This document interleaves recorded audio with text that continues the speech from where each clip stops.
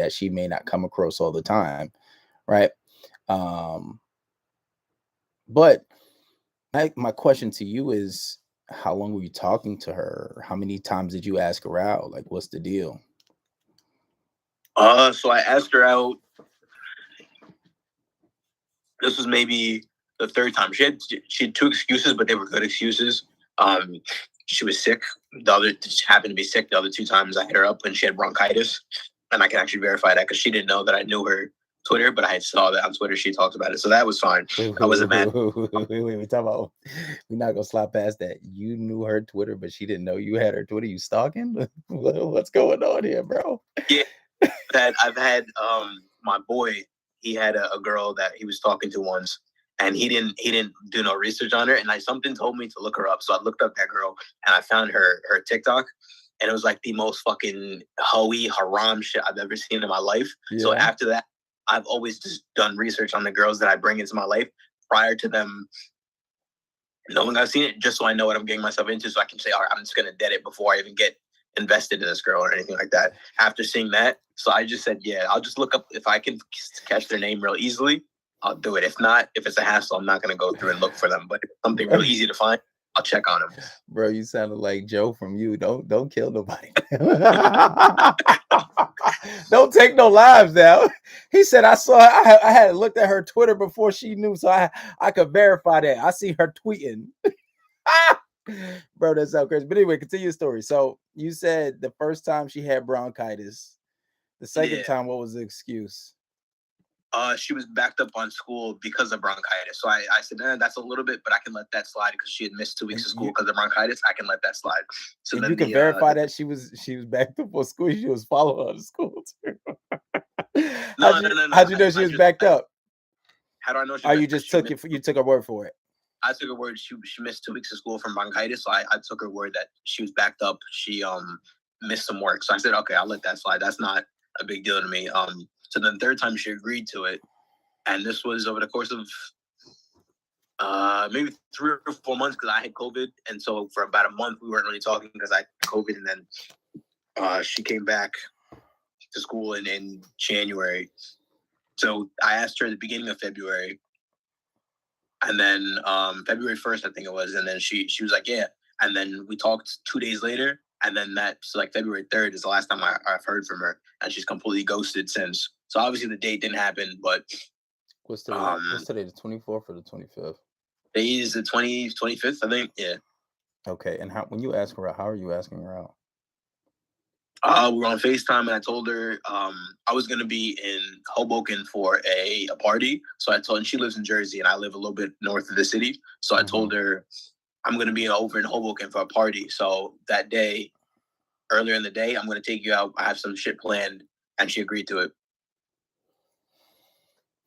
So you said, I'm going to be here at this certain amount of time, and then I'm going to come get you. Yeah. Well, so why you guys need to be studying on Patreon. When I say you ask a girl out, the best way to do it is to first, when you ask a girl out, you want to ask about like a good viable date. Like, hey, how do you feel about sushi? Okay. How do you feel about go-karting? How do you feel about this? She says, oh yeah, I like go-karting. Okay, cool.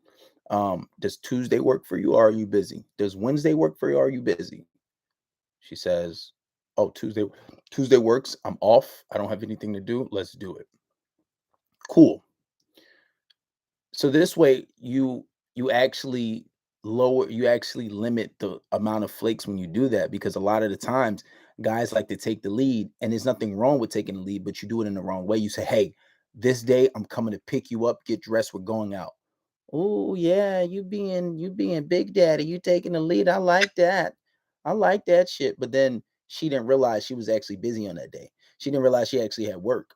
So this way you're doing it in a smart, tactical way. You say, hey, are you free this day? You like bowling? All right, let's go bowling. Are you free this day? Yes, I'm free. All right, cool. That works. Right? So this way you're limited.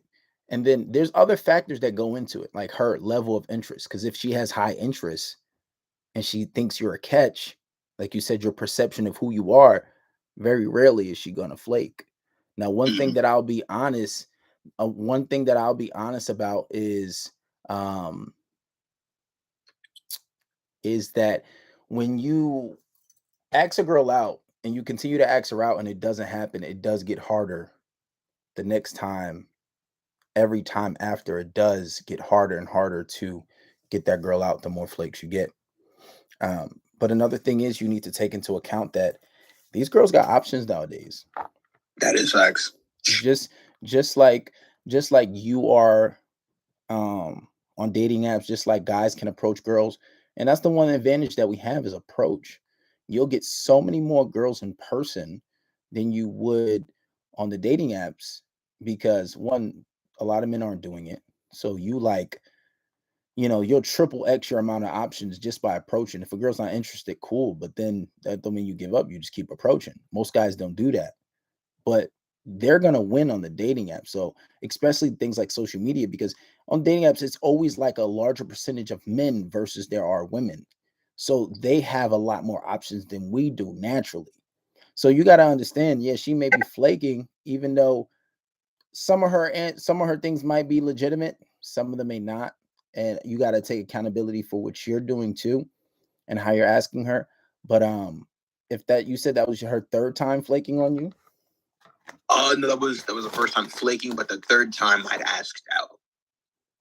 That's the third time. If you asked her out two times and she didn't go out, what happened? As Why didn't she go out Yeah, with me? you said the first time you She said she was had sick. bronchitis. Yeah, the Okay. second time she was backed up with schoolwork, so I let those two. I was like, okay, those are fair excuses. So And the the last time, what was the real first, excuse? I agreed. What was the last excuse for the last time? Uh, the third time or the second time? The last time. This most recent time, there hasn't been an excuse. I just haven't heard from her. Oh wow. So you asked her out and she just never responded. Yeah, we spoke 2 days later, and then when I went to confirm the date, she never answered my call, and then I just texted like, "Hey, hit me back tomorrow," because it was a little bit late, and I just haven't heard since. Oh yeah, Which, no, yeah, no, she's done. yeah, She's done after that. Ain't no more pursuing after that. She played you. She played you. no, yeah, I'm not pursuing no more. As long as she don't hit me back up, she don't exist, right? And even if she does, like I said, I don't know that I even want to because I find it disrespectful. Well, yeah, Like you, right? So that's on you. The one thing that I say don't block women. no, I don't I block. don't I still block only people that I say to block is people that you have personal and hard feelings for, and they did something that really crushed you. Then you block that bitch. But if it's just a random girl you ain't never did nothing with, no reason to block her because now you getting in your personal feelings. Now you making it personal. You getting emotional. You moving like a female if you block her. We don't block girls that just all right cool because if she decides to spin the block because she might be messing with some dude that who she think is a better option. All right, cool. So let's say that don't work out and then she want to come spin your block. Now one, she has to put in all the effort, of course. right? She got to pull in on the effort, and then on top of that, um you could probably just crack it and then dip on her because she was playing games and she was putting you second. So I'm like, all right, cool. She don't think I'm a perfect option. Cool. Then I'm gonna crack it, and then once I get it, hit it, I'm done with it. Right? Yeah, you could be that, or if you really, really like her, then hey, you could probably wife her. But just understand that you was never her first option. But I never say block or unfollow girls because you can make your life and your perception of yourself seem so much more grandiose than what it is.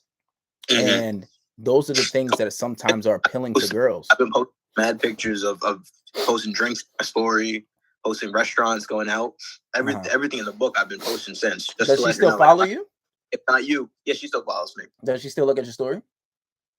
Yeah, So she looked at them on that's Tuesday. so Tuesday, I put some drinks and she looked at my story. listen, when girls do this shit, it is the most disrespectful shit, and they do that purposely. But some girls do it because they want you to chase them, right? That's what I think she wants me to chase, but whatever. Yeah, but we're not about to do that. We don't do that exactly. Absolutely not.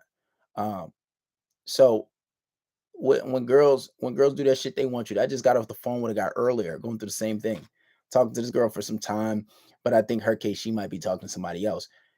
These girls got a lot of options and they're weighing their options out and they want to check on you to see what you're doing to make sure, oh, let's see if he's still around. Let's see if that option's still there. But when they playing games, you got to punish them for them games. That's why we don't block them, because they'll still come back around and they can be an option to at least explore and maybe have fun with. But you don't block them because you're taking it personal. You getting in your feelings. So we don't do the whole blocking thing. You let it rock. But after what she did that bullshit, just straight up ghosted you. Yeah, she's done. Write her off. Quick text right off. Yeah, bet. And I don't block because I'm gonna come up, so I want them to see exactly, exactly, and exactly. So when you do come up and she say, "Oh damn, he doing big things," you pull up on the new Rolex, you pull up in the Lambo, whatever new car you got. Like damn, he's really on his shit. She be like, "Hey stranger, hey big head," you know how these girls do.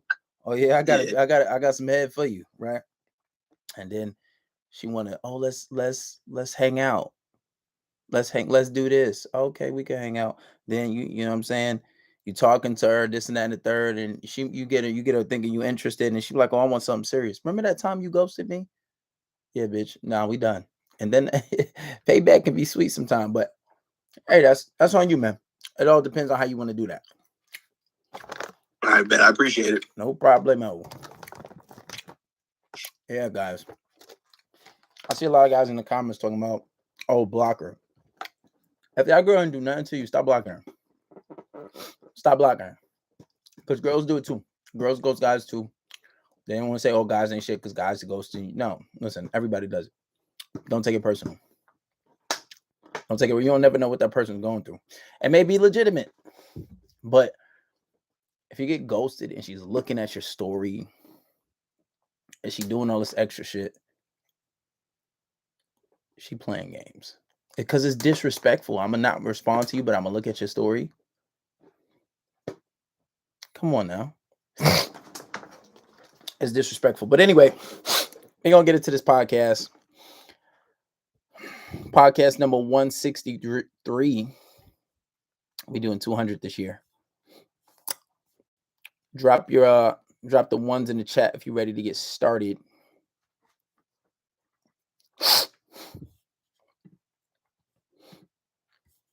Let me see the ones in the chat.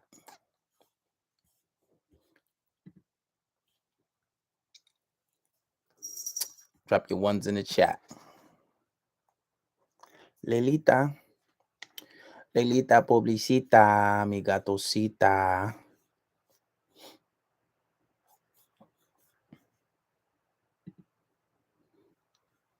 Somali girls top 5. Wallahi. They're pretty. I ain't gonna lie, I don't know about top 5 though. Maybe. I'm not gonna lie, Colombian girls be looking good. They are all different type of spectrum. You like Indian girls? Listen, I've dated them all. I like brown girls, but they gotta look good. They gotta have that ass. That kid gotta look right. Let me see the ones in the chat. Come on, man, so we get started. I ain't start until we get. I need consecutive ones. Drop the ones. Drop the ones and run up the likes. Drop the ones so we get started. Come on, consistency. Drop them ones and run up them likes. Drop your one and hit the like button like 10 times fast. Boom, boom, boom, boom, boom, boom. Drop your one, hit the like button. Do. Come on. Let me see more ones. Where's your fire? Why she so far? It's ain't Philly.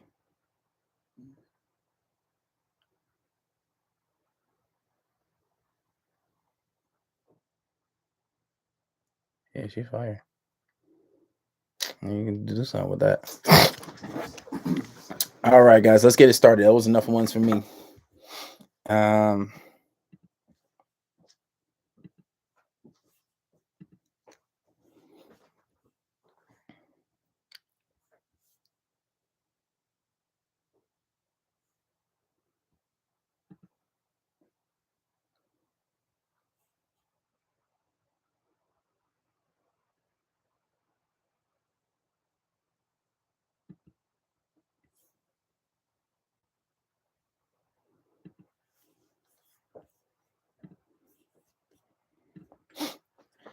All right, guys, podcast number 163. Today we're going to be talking about submissive women, defining submissive women, right? And I think this is a really good topic because the word submissive is usually correlated with women in relationships. Um, and it has such a negative connotation, right? Women hate that word, and it's always associated with being a slave. Clearly, they don't know what servitude and being a slave, they don't know what it is, right? Especially slavery in the United States. Totally different bid, right? So I think that this is a perfect topic because not only do a lot of women don't know, some women do. Because I'd like to say that I've gotten fair treatment when it comes to submissive women, but there's levels to it. There are levels to it. You know, some girls will be submissive to a point. Some girls will be submissive to another point. Like I've had girls that will cook for me and clean for me. I've had girls that will take off my shoes as soon as I come in a house and rub my. It's different. Is levels to it, but I think it all goes back to how you're raised. I think there's also a narrative in society, and I think a lot of women feel as if they have to have it be bought out of them, but that shouldn't be the case all the time. You shouldn't have to be your best self and have to have somebody bring it out of you. You should just be that way, right? You never hear women say, "Oh, I need a man that's going to bring it out of me. I need a man that's going to do this and then I'll be submissive." Why can't you just be that way on your own? And then you find that masculine man. But if you're submissive, you ever think that that'll make that man work that much harder? You know? But that's what we're going to be talking about tonight. It's going to be a really good one. So, if you know how the podcast goes, usually we play a song and then we get right into it. Um, and that's what we're gonna do because I'll usually play the advertisement, but we're just gonna get right into it. And it's gonna be a good one. After the podcast, we'll take some questions. So don't go anywhere. It's gonna be a really good discussion and it'll make for some really good back and forth. So I hope you guys stick around and listen. This is J.O. Say It Ain't, and right after this song, we'll get into the topic. Shit, niggas. Wish you could get. You know what I'm saying? We ain't fucking around out here, man. Fuck you thought it was, nigga. You know how we do it, nigga. We doing back-to-back shit. Ain't no stopping, ain't no motherfucking breaks, nigga. This shit ain't for the weak. So tell them niggas, watch out. Gon' blow, ain't depending on them niggas. Yeah, I'm gon' roll. I ain't even tripping about the lies being told. That's what happens when you poppin' niggas saying ain't so. Saying ain't so. Got the city on fire, but I'm still too cold. Always tell it like it is. Yeah, you know I'm too bold, but you still sleeping on me, niggas saying ain't so. Saying ain't so, got it figured out. Tried to be the nice guy, but now I'm on a different route. Probably got your girlfriend in my crib, just trying to dick it down. And best believe I kick her out if she don't plan on putting out. Yeah, cause I'm a dog, I'm a fucking dog. Got a lot of bitches, but I'm always trying to fuck some more. Yeah, so what you want from a nigga? I done found out the game, and they don't be loving niggas. I'm good, I'm all set. The way I do my own thing, yeah, they all vex. Out here calling shots like a motherfucking rep. Whole time y'all was playing checkers, I was playing chess. Man, this shit a mess. I'm gon' blow, ain't depending on them niggas. Yeah, I'm gon' roll. I ain't even tripping about the lies being told. That's what happens when you poppin' niggas saying ain't so. Saying ain't so. Got the city on fire, but I'm still too cold. Always tell it like it is. Yeah, you know I'm too bold, but you still sleeping on me, niggas saying ain't so. Saying ain't so that I'm back, nigga. Tell Shorty that I'm in. She know he a whack, nigga. Doing all that yapping. He just hating cause my stack's bigger. Hit it from the back. I'm the one that got her ass bigger. Yeah, and I'm a boss. I'm a fucking boss. Feeling like I'm Cali, baby. I ain't never took a loss. Nah, and I made y'all with the cross. Putting on for my city, and I put that on the cross. So I'm good. I'm all set. Who's real? Who's fake? Man, let's put them to the test. I ain't worried about a thing, baby. I ain't never stressed. Ben thought I was that nigga. Man, I must confess. Bitch, I've been the best. I'm gon' blow, ain't depending on them niggas. Yeah, I'm gon' roll. I ain't even tripping about the lies being told. That's what happens when you poppin' niggas saying ain't so. Saying ain't so. Got the city on fire, but I'm still too cold. Always tell it like it is. Yeah, you know I'm too bold, but you still sleeping on me, niggas saying ain't so. Saying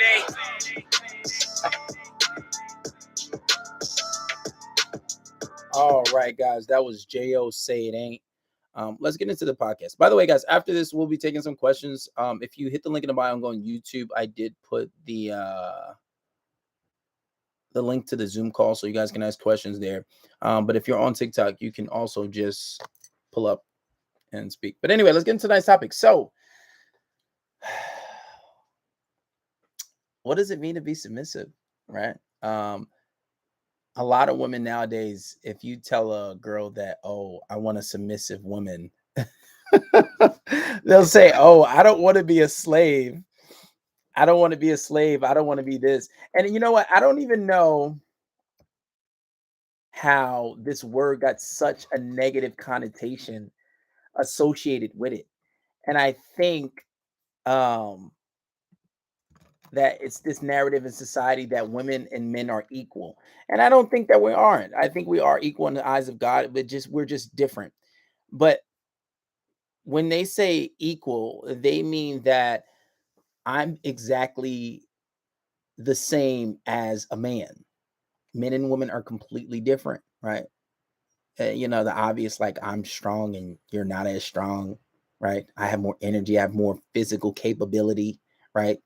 And more physical capability usually translate into making money. There are women nowadays that are making more money than ever, but still, on average, men usually make more money, right? And I think that there are certain standards that are put on men and women that are just different. There's benefits from being man, and there's benefits from being a woman. And I think a lot of the times this is confused with all the narrative being run in society, right? And I think the big issue runs into where a woman says, I want my man to pay for this, I want my man to pay for that. But then I'm not going to be a traditional woman for him, right? But you guys don't understand that when you want a man that's going to make you submissive, or a man that's going to bring that out of you, certain men are not going to be tolerating that back talk. We talked about this in yesterday's episode, right? Where the quote unquote alpha female, they usually only attract weak men because those are the only men that's going to tolerate disrespect. Those are the only men that's going to tolerate that. What man is going to sit there and let you talk to him crazy and tell him what to do? Right? And it's just like women, I don't think a lot of women don't understand that. They don't. They don't. And then they say they want that kind of man, but when they get that kind of man, they usually leave them. They do. And I think that's the harsh reality of it. A lot of people, it's not it. Women want to have, you know, they want to have their own money, they want to have their own car, house, and they want to they want to have all this stuff. But then it's like, who told you it had to be like that? Who You ever see that clip with with J. Cole where he's being interviewed by, I think, the guy Namor or something like that? And he's like, who told you that? Who told you that? And it's almost like women nowadays are pressing themselves. It's like, y'all came from a position where men were willing to take care of you. Men were willing to do all these things for you. They were, all you had to do was cook, clean, stay home, get some DICK when you at home. But all of a sudden, now, oh, I want to make my own money. I want my own car, my own house. She got her own house. She got her own car. Cook, clean. I don't care. I don't care. I don't care if you have your own car. What does that do for me? Right? Because if you got your own house and your own car and I come live with you, then what? Then you're gonna bash me and tell me I ain't shit. And then the women that like building men up. What happens when they build them men up? Let me know what happens when they take that man in, get him a job, build him up. What happens? What happens? They leave him. They leave him. They leave him. It's the truth. You got these women, and then they continue. It's so crazy. They have shows. They have shows on TV where women they're dating men in jail. They will literally wait for men in jail. Men doing a whole 5 or 10 year bid, waiting for men in jail, just so they can build a man up. But women are literally they're oppressing themselves. You guys had it easy. Who lied to you and told you you have to go out there? But because nowadays women are more stressed than ever. I think there was the University of Oxford put out a study where it was like how 40% of women on average suffer from some type of anxiety or depression, right? Why is that? Because their roles have changed in society. Women are the only people whose roles have changed. Men's roles have been the same since the beginning of time. Provide and protect. You got to go out, earn money. Nobody cares if you're depressed and your anxiety, right? Nobody cares.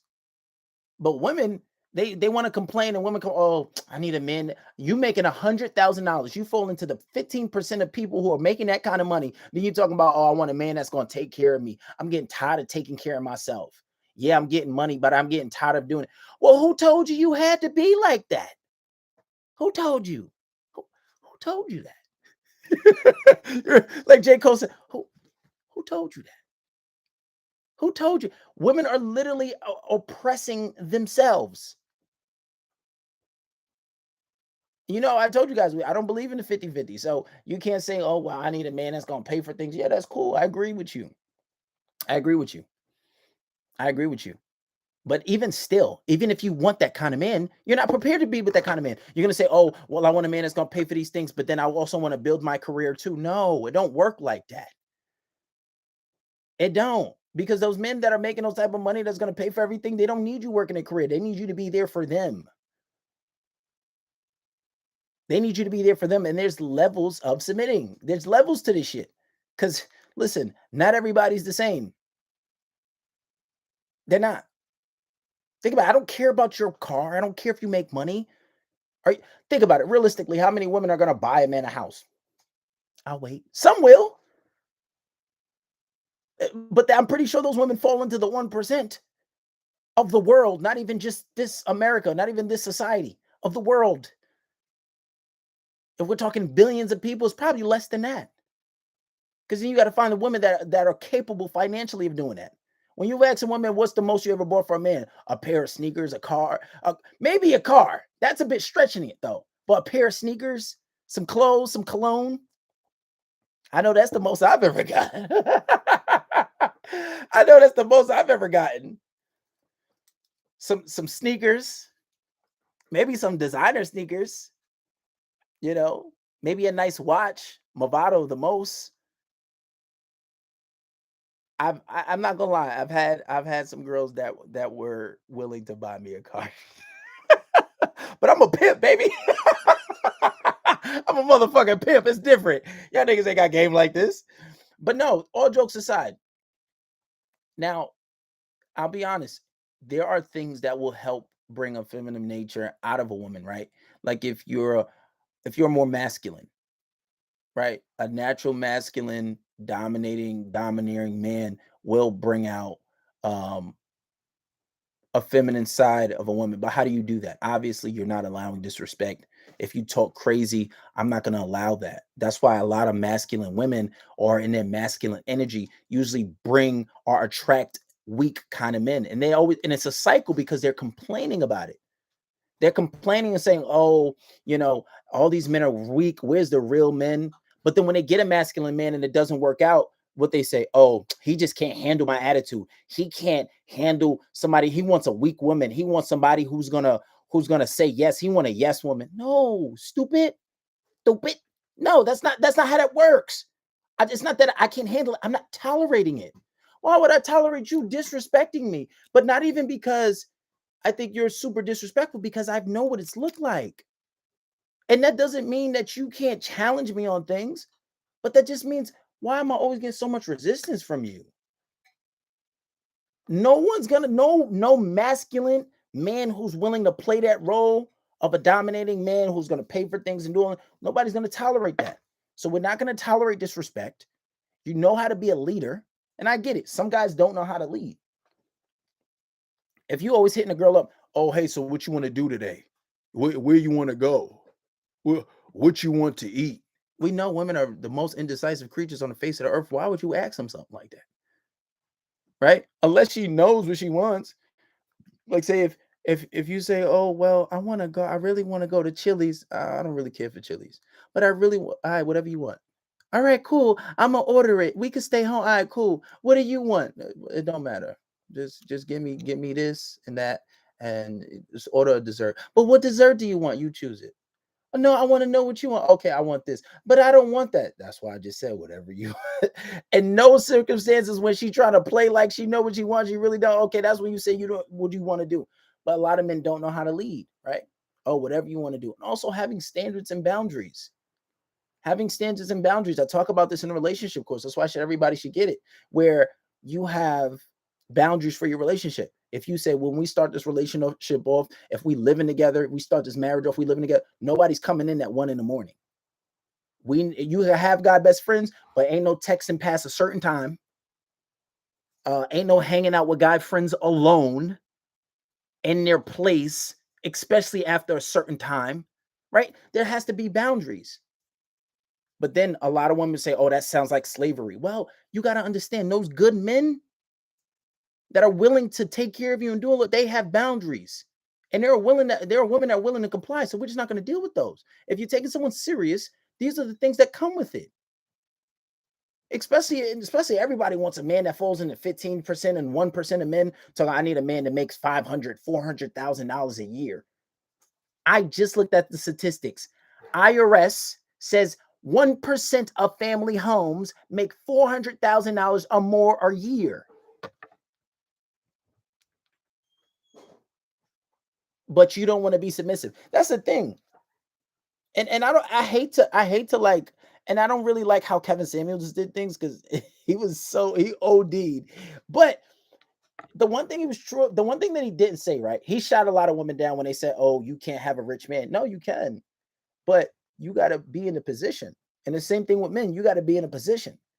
Like, you want a submissive woman, but you trying to do 50-50 with everything. That's not going to work. I told you guys, at least 60-40, 70-30, 80-20, 90-10.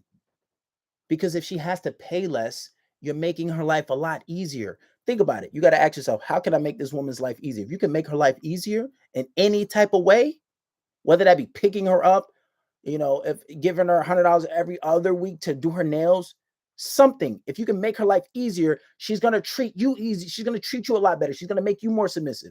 That's why in Islam, it says you can't have a family until you have enough money to take care of that family on your own. And any money that she makes is her own. And if she gives it to you, it's charity. Why do you think that is? I think that's divine information. You have correlations in the Bible too. It's very similar. All these Abrahamic religions say the same thing. You think that's accident? No.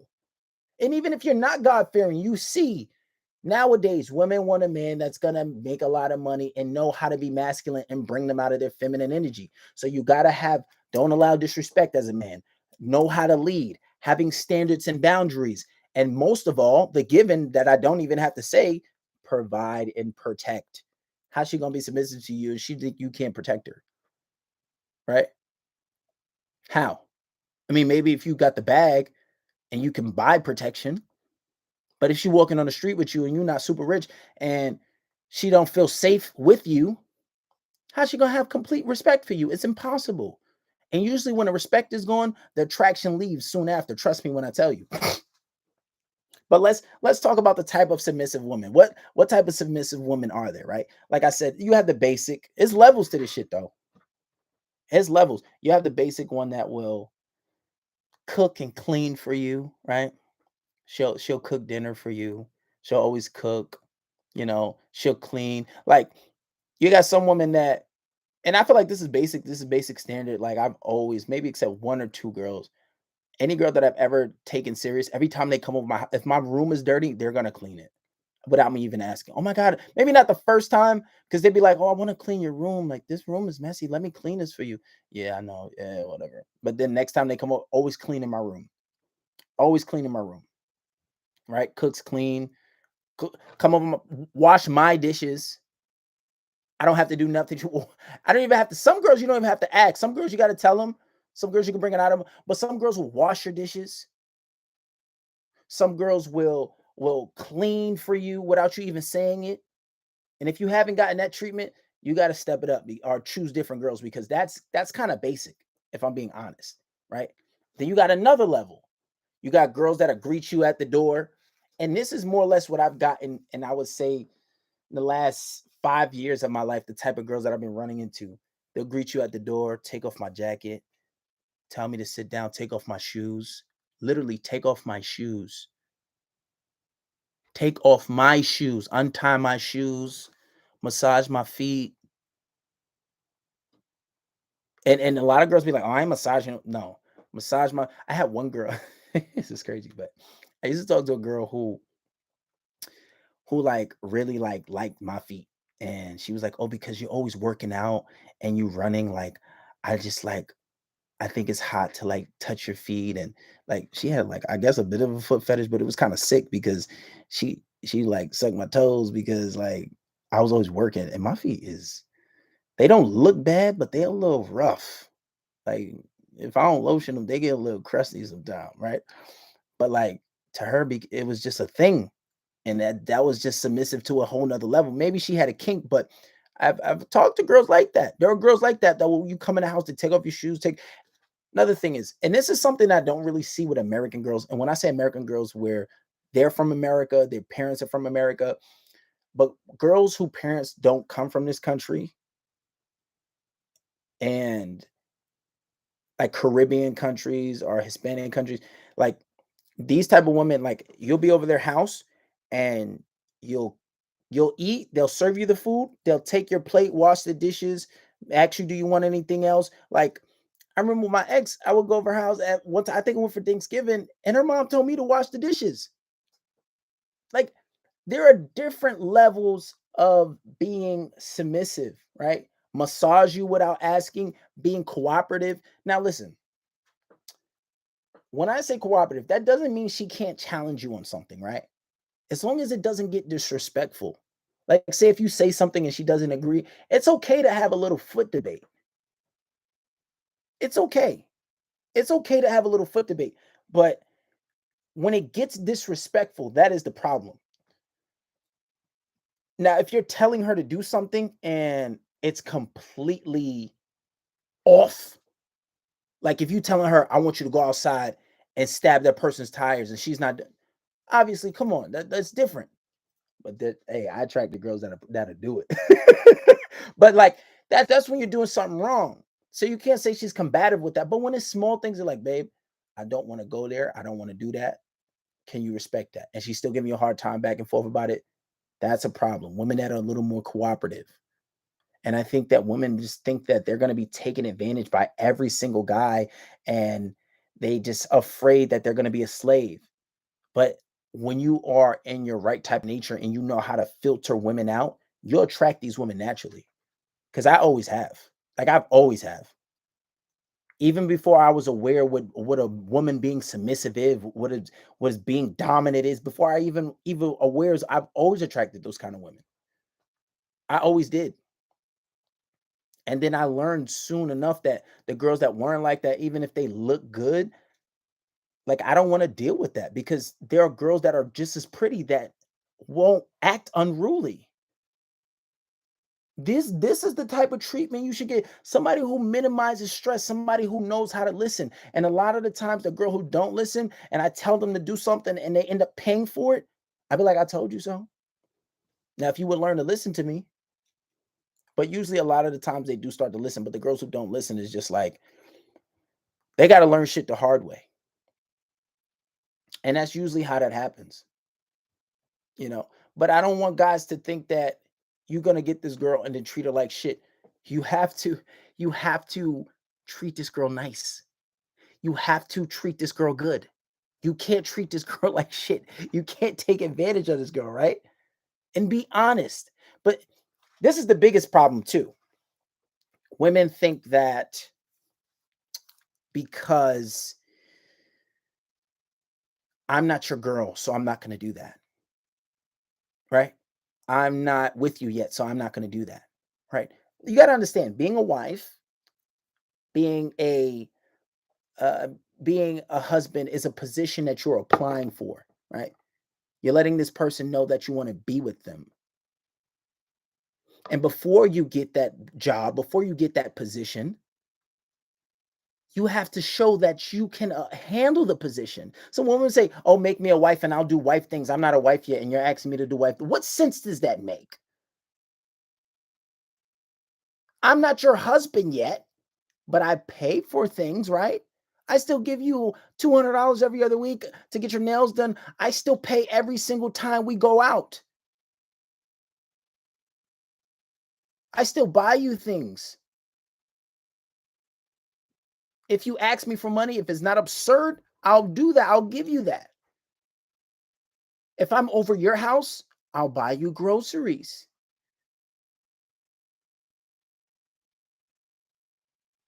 Right?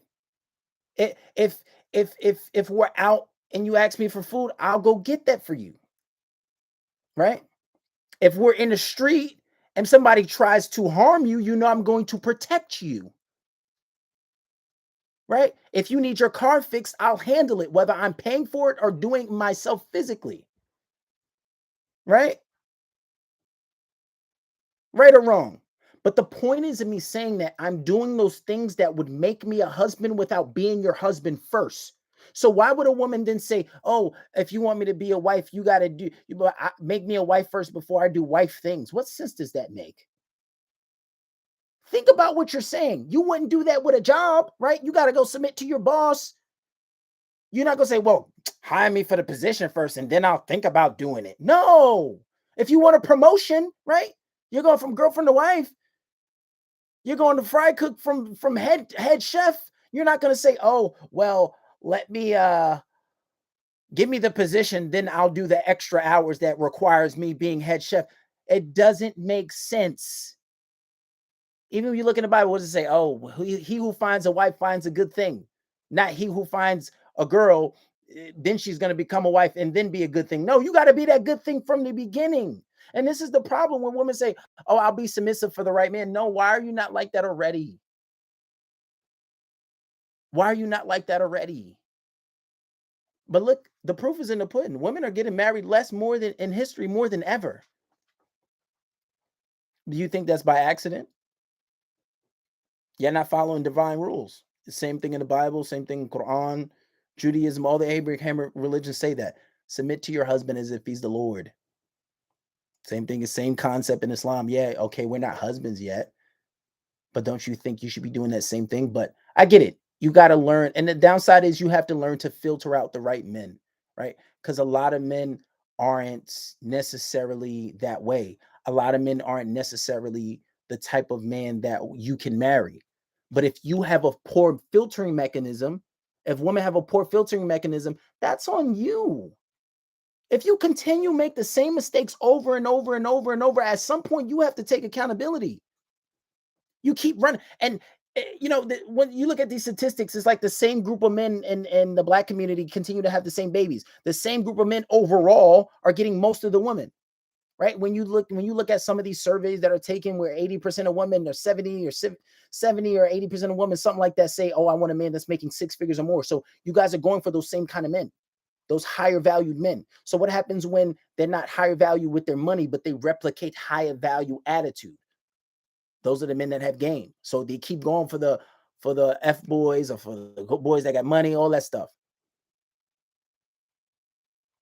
You keep going for the same kind of men. But if you continue to choose those same kind of men and you keep getting the same results, and you're like, oh, I'm not being submissive to nobody, that's on you. That's on you. That's on you. Women don't know how to filter out men. So when you choose the wrong one, that's not our fault. That's not our fault at all. So I think in conclusion, we all need to learn how to filter out the right people. You need to know what submissive looks like. You have to play the role. If you want those things, you have to first become that person to attract what you want. We're going to end this podcast off and then we're going to take some questions. I want to speak to people, so make sure you guys are going live and we're going to talk about it. We're going to end this off with J.O. Say It Ain't. Don't go anywhere, and then we'll take some questions. I'm pretty sure a lot of people have opinions on this one. So make sure you guys send your requests up so you can talk. Yeah, nigga. We copping that shit you wish you could get. You know what I'm saying? We ain't fucking around out here, man. Fuck you thought it was, nigga. You know how we do it, nigga. We doing back-to-back shit. Ain't no stopping, ain't no motherfucking breaks, nigga. This shit ain't for the weak. So tell them niggas, watch out. I'm gon' blow, ain't depending on them niggas. Yeah, I'm gon' roll.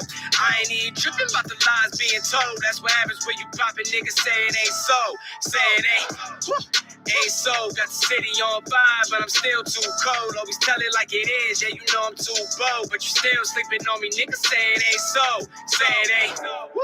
Ain't so, got it figured out. Tried to be the nice guy, but now I'm on a different route. Probably got your girlfriend in my crib, just trying to dick her down. And best believe I kick her out if she don't plan on putting out. Yeah, cause I'm a dog, I'm a fucking dog. Got a lot of bitches, but I'm always trying to fuck some more. Yeah, so what you want from a nigga? I done found out the game, and they don't be loving niggas. I'm good, I'm all set. The way I do my own thing, yeah, they all vex. Out here calling shots like a motherfucking rep. Whole time y'all was playing checkers, I was playing chess. Man, this shit a mess. I'm gon' blow, ain't depending on them niggas. Yeah, I'm gon' roll. I ain't even tripping about the lies being told. That's what happens when you poppin' niggas say it ain't so. Say it ain't so. Got the city on fire, but I'm still too cold. Always tell it like it is. Yeah, you know I'm too bold, but you still sleeping on me. Niggas say it ain't so. Say it ain't so that I'm back, nigga. Tell Shorty that I'm in. She know he a whack, nigga. Doing all that yapping. He just hating cause my stack's bigger. Hit it from the back. I'm the one that got her ass bigger. Yeah, and I'm a boss. I'm a fucking boss. Feeling like I'm Cali, baby. I ain't never took a loss. Nah, and I made y'all with the cross. Putting on for my city, and I put that on the cross. So I'm good. I'm all set. Who's real? Who's fake? Now let's put them to the test. I ain't worried about a thing, baby. I ain't never stressed. Ben thought I was that nigga. Man, I must confess. Bitch, I've been the best. I'm gon' blow, ain't depending on them niggas. Yeah, I'm gon' roll. I ain't even tripping about the lies being told. That's what happens when you poppin' niggas say it ain't so. Say it ain't so. Got the city on fire, but I'm still too cold. Always tell it like it is. Yeah, you know I'm too old, but you still sleeping on me. Niggas say it ain't so. Say it ain't.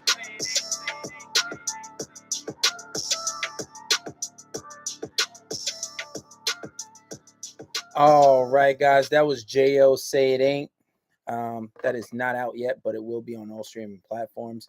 But now we're gonna take some questions. So if you guys got any disagreements, anything to say about the topic we just did, what is a submissive woman?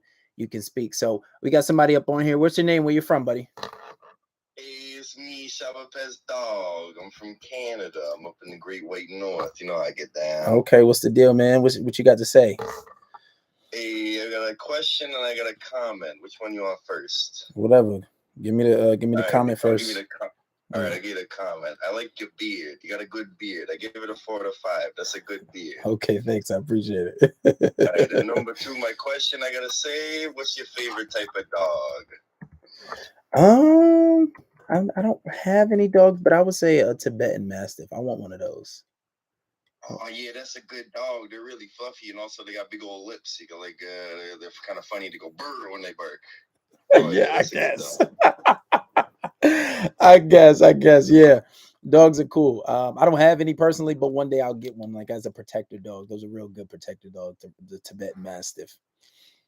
Oh yeah, I'm sure you'll be a good dog owner. He'll be a happy dog. Just make sure, I'm gonna say my patented thing I always say, you gotta pet that dog. You better pet that dog, man. Hey, of course, I guess. Oh, yeah. But yeah, man, you got anything to say about the topic tonight?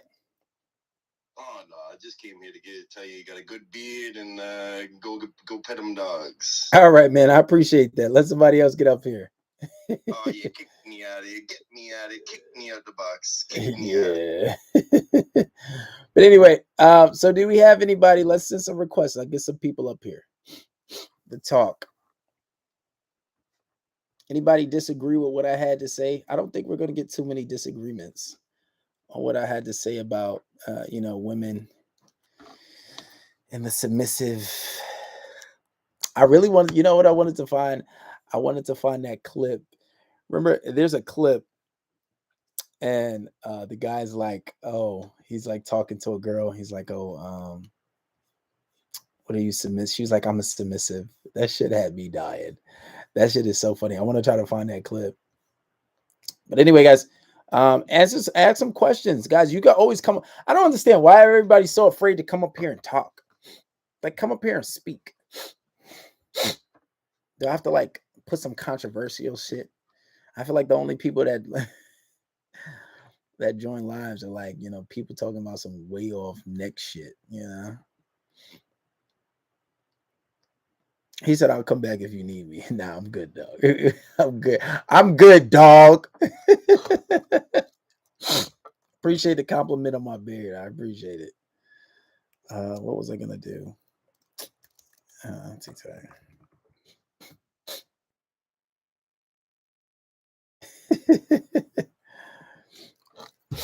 But ask your questions, guys. Come on.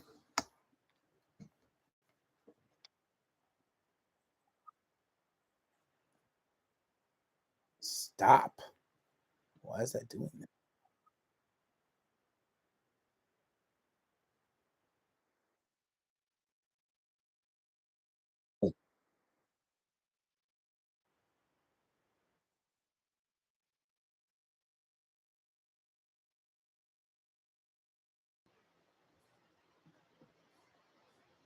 Wait, hi. What's the deal? How you doing? What's your name? Where you from? Okay, I'm Hallie. I used to live in the US and I now live in East Africa. Okay, that's cool. What country is East Africa? In Kenya, actually. Okay, cool. Kenya. Okay, so I don't quite have a lot to like say, but one thing that I will say is that being submissive is actually not being weak. Mm-hmm. It's being trusting. Mm. Okay, when like from personal experience, it's you find someone that you can trust with your life. Mm. Someone who makes decisions not only for themselves but also for you and being considerate for you.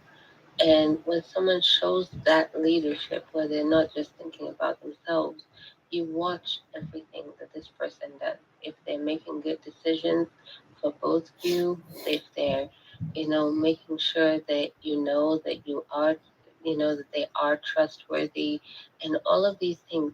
You don't just be submissive because you have no backbone. Okay, you be submissive because you have checked and watched and checked every single box twice and over again. I think it's almost like a show of strength where you know exactly what you're looking for. You don't have any blurry lines. You Mm-hmm. know what you want, and you're very specific, and you're not willing to blur those lines for yourself. So when you're looking for a man to be submissive to, it's not because he's manly or because he has a certain cologne that makes him manly. No, Mm-hmm. it's because you're willing to um, let him lead the way because he's shown time and time again and that he can make decisions not just for him but for you as well and for your futures together. And he's always has had you in his mind and his thoughts and his decisions and his ideas, and also for you that you also want to help him. You want to be at home. You want to support him when he has a hard day and he can come home. You don't want him to be, sitting in the driveway thinking, "Oh my God, I've got to deal with something else." You want to be that woman, that person that he goes, "I can't wait to come home to." Mm-hmm. Okay, so being a submissive woman is not weakness, and I don't understand where it comes from that it's being slavery or it's being used. No, no, no. Actually, being a submissive woman, you are actually more picky as a woman to a man. You're not gonna settle with just anybody. Being Mm-hmm. submissive means you are direct. You know exactly what you want. You know exactly where you want to go, and you know exactly what you're looking for. And when you get that, and you get a man that makes decisions not only for himself and for you, a man that is looking out for you, a man that is protective of you, a man that is kind to you, a man that, then you're willing. I would be willing to give everything to this. I'm not even gonna question him when he says, "Oh, we're moving." Okay, I'm gonna get the boxes. I'm packing because this man has proved and has earned all of my respect and all of my understanding. He's gonna come home. I'm his support unit. I'm his rock. Okay, he's earned that. That he's earned. Basically, I don't know if it's too extreme to say Okay, he so look, let earned me it let me from ask you me. this. Let me ask you this. So, Yeah. it sounds like you don't disagree with the idea of a woman being submissive, but do you think that a man needs to be perfect? Do you feel like there's some trade-offs? Because, along with being submissive, it seems as if a woman almost wants a perfect man. So, although you said a lot about trusting a man and needing a man, but do you also believe that with that trusting in, and believing in taking up his leadership, do you also accept his faults? Yes, you have to. You have to. It's about being true to yourself because there's also me as a submissive woman. There's also my faults, okay? And I have to acknowledge those. And I also have to acknowledge that every single person, I think, is has their faults, okay? But the only thing that we'll acknowledge personally is that you have to be willing to work on them. Okay, so if you're willing to recognize them and work on them, I'm willing to be standing by there and cheering and freaking supporting. But if you don't want to acknowledge them, then I don't want to deal with that. I think such a relationship, you have to be honest. You have to be honest with yourself and you have to be honest with your partner. It cannot work if if you don't accept each other and accept yourself either as well. Hmm. Okay. Well, I only ask because I feel like now a lot of days women, they want a lot of trade-offs, and it almost sounds like you also believe that in order to be submissive, you would need a good leader, because you referred to a man making decisions that you can trust in, and making decisions over and over again that you can believe in. So it sounds like you believe the same thing, that in order for a woman to be submissive, that she has to first, um, trust in that type of judgment.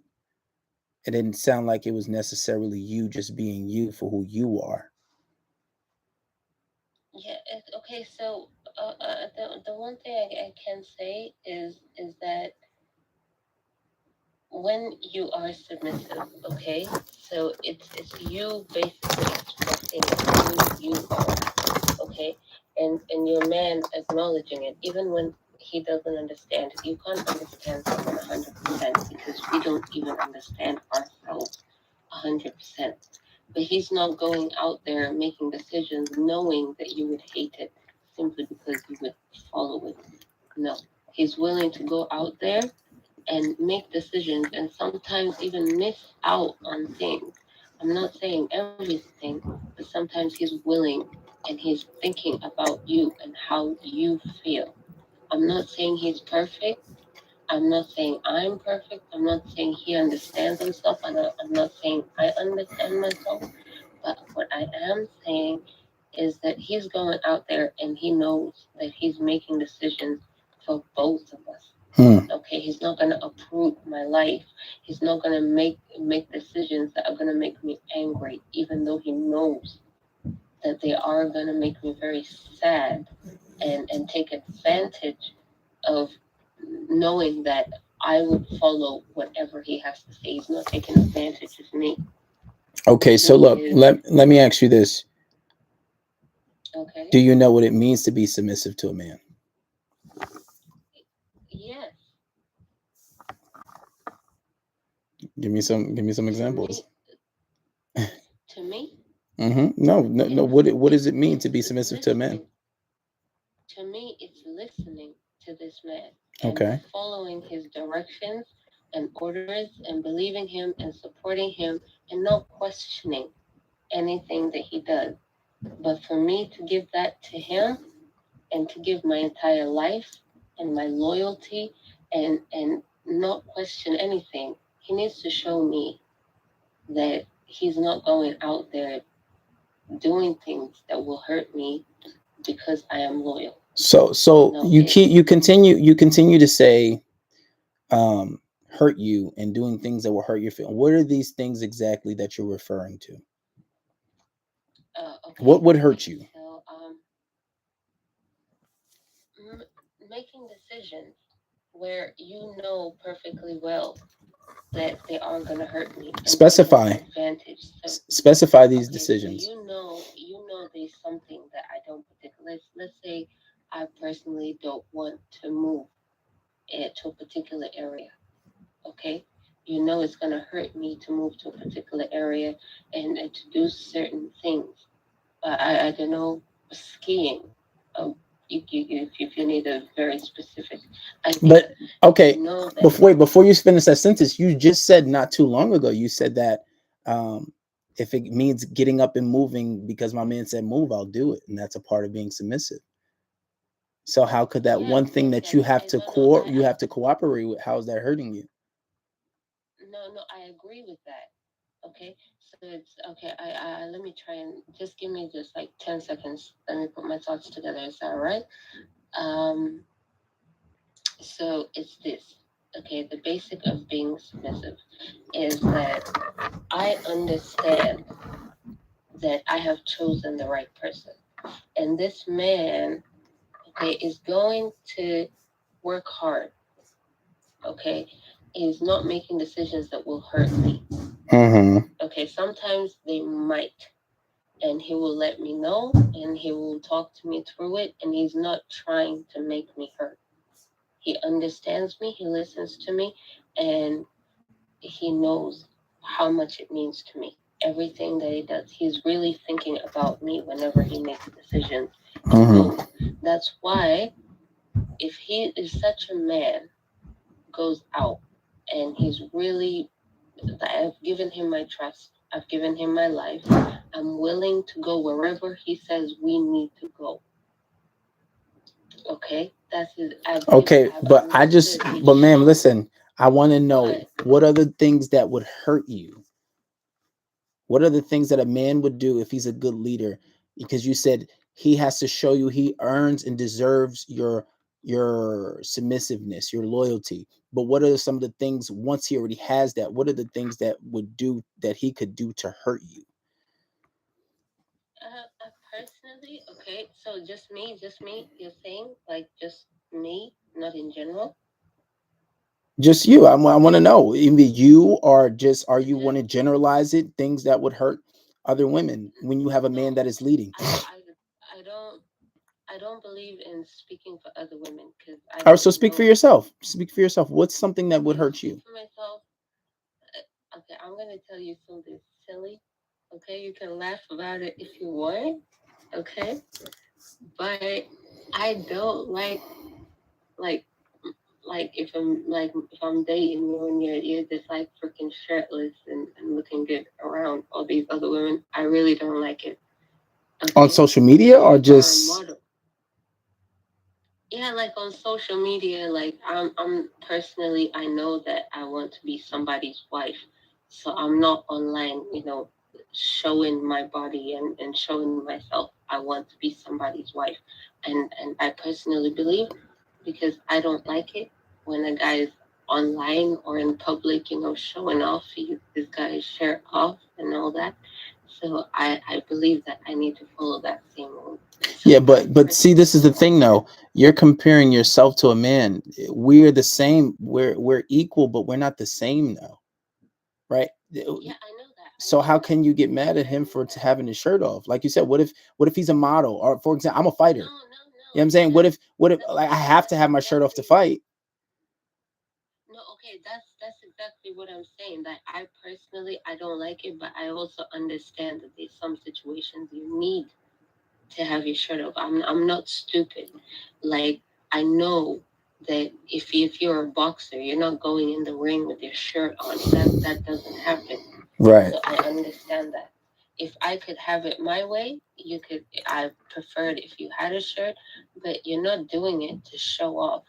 Okay, you're doing it because you have to, and it's the requirement. I understand that, but if you don't have to, and it's not the requirement, you know, I'm not a jealous person, but I want to keep. I want to keep. That sounds pretty jealous. Yeah, it does. But at the same time, like I So don't okay, mind so look, if you have so to, if you're feeling comfortable with it, and if you're going out and I'm not there, and and a girl says take off your shirt, you're gonna let them know that hey, my girl doesn't feel comfortable with it. okay, so Just look, I have a question. So if he does have his shirt off and you're being submissive, does and he violates that one boundary, right? Does that mean you stop being submissive to him? no. I That's a very small boundary. It's a very it's like those do you know those little bumps before the corner? I don't know if you've ever experienced them. They have these tiny little annoying bumps, and there's like seven of them. Speed bumps? You were just pardon? Are you talking about speed bumps or bumps on your body? What do you, Yeah. But you know those tiny mini ones that your car is freaking vibrating. oh, I know what you're talking about. Yeah. Like you don't actually have to stop for them, but Uh-huh. you have to slow down for it. Right. Okay, so I don't mind. Okay, I don't mind that. Absolutely don't mind that. I like to be very logical, and one part of being submissive is being trusting. Okay, Mm-hmm. it's your partner understanding where you're coming from. It's the fact that he could understand and go, oh, my girlfriend wouldn't like this. Okay, but she would also understand where I'm coming from. You're not doing it for maliciousness, or you're not doing it because you're taking advantage of me. Okay? Mm-hmm. If it was up to me, I wouldn't do that. But it's also up to you to make that decision. I'm not making decisions for you. Okay. I'm listening to you. Okay. And do you Do you believe understand? do you believe in order for you to be submissive to a man, does he have to pay for everything? Does he have to provide for you? I mean, it depends. On. Okay. I'm not gonna say it depends because I'm trying to think from a modern perspective, but from a personal perspective, if a man's gonna provide everything for me, he's gonna pay the bills and he's gonna pay for everything. You best believe the laundry is gonna get done. Your ironing is gonna get done. You best believe you're coming home to a home cooked meal, and I'm gonna be at the door giving you a big hug, asking you, "Are you okay? Hey, Do you need listen, anything?" he doing all that. He need more than a hug. No. But no, I get it. But But look, this is a perfect segue. no, All right, look. I get what you're I mean saying. when you walk in the door, Yeah, like you walk in the listen. door, I want to Sometimes, welcome you home. sometimes when you walk in I the want door, to you need welcome more than you. a hug too. Sometimes you may you may have to drop down. No, no, it's fine. It's fine. No, It's I'm fine. joking. It's I'm being fine. silly. I'm not mad about it. Listen, I'm being silly. But I'm look, not mad about it. hear me out. Hear me out. But this is what I want to ask you. So let's say if you have a Okay, man. can I ask you like what do you like? What would be your ultimate like walking in the door? Because I think being me, being submissive, like I understand from everything that I've watched and all like a couple of the guys I've not dated a whole bunch. Um, I've dated like two. So walking in the door, they've always said that I just want to come home to some peace and Mm-hmm. walk home to someone that will give me a hug, will give me a welcome home, and give and ask me about my day. So that's where I'm I don't coming think she heard from. me. Where I so I'm asking you, is that what you would want? Like, No, I I guess mean, that's your way listen, of learning. I was being silly, but I was just more or less making it like a sexual type of thing. I did say she has to drop to her knees as soon as I get in the door. Sometimes it's like that, but listen, I was being No, silly. I'm down for that. I'm down for it. Oh my god. If you love your man, you gotta love everything about him. Yeah, but look. All right, I don't want to.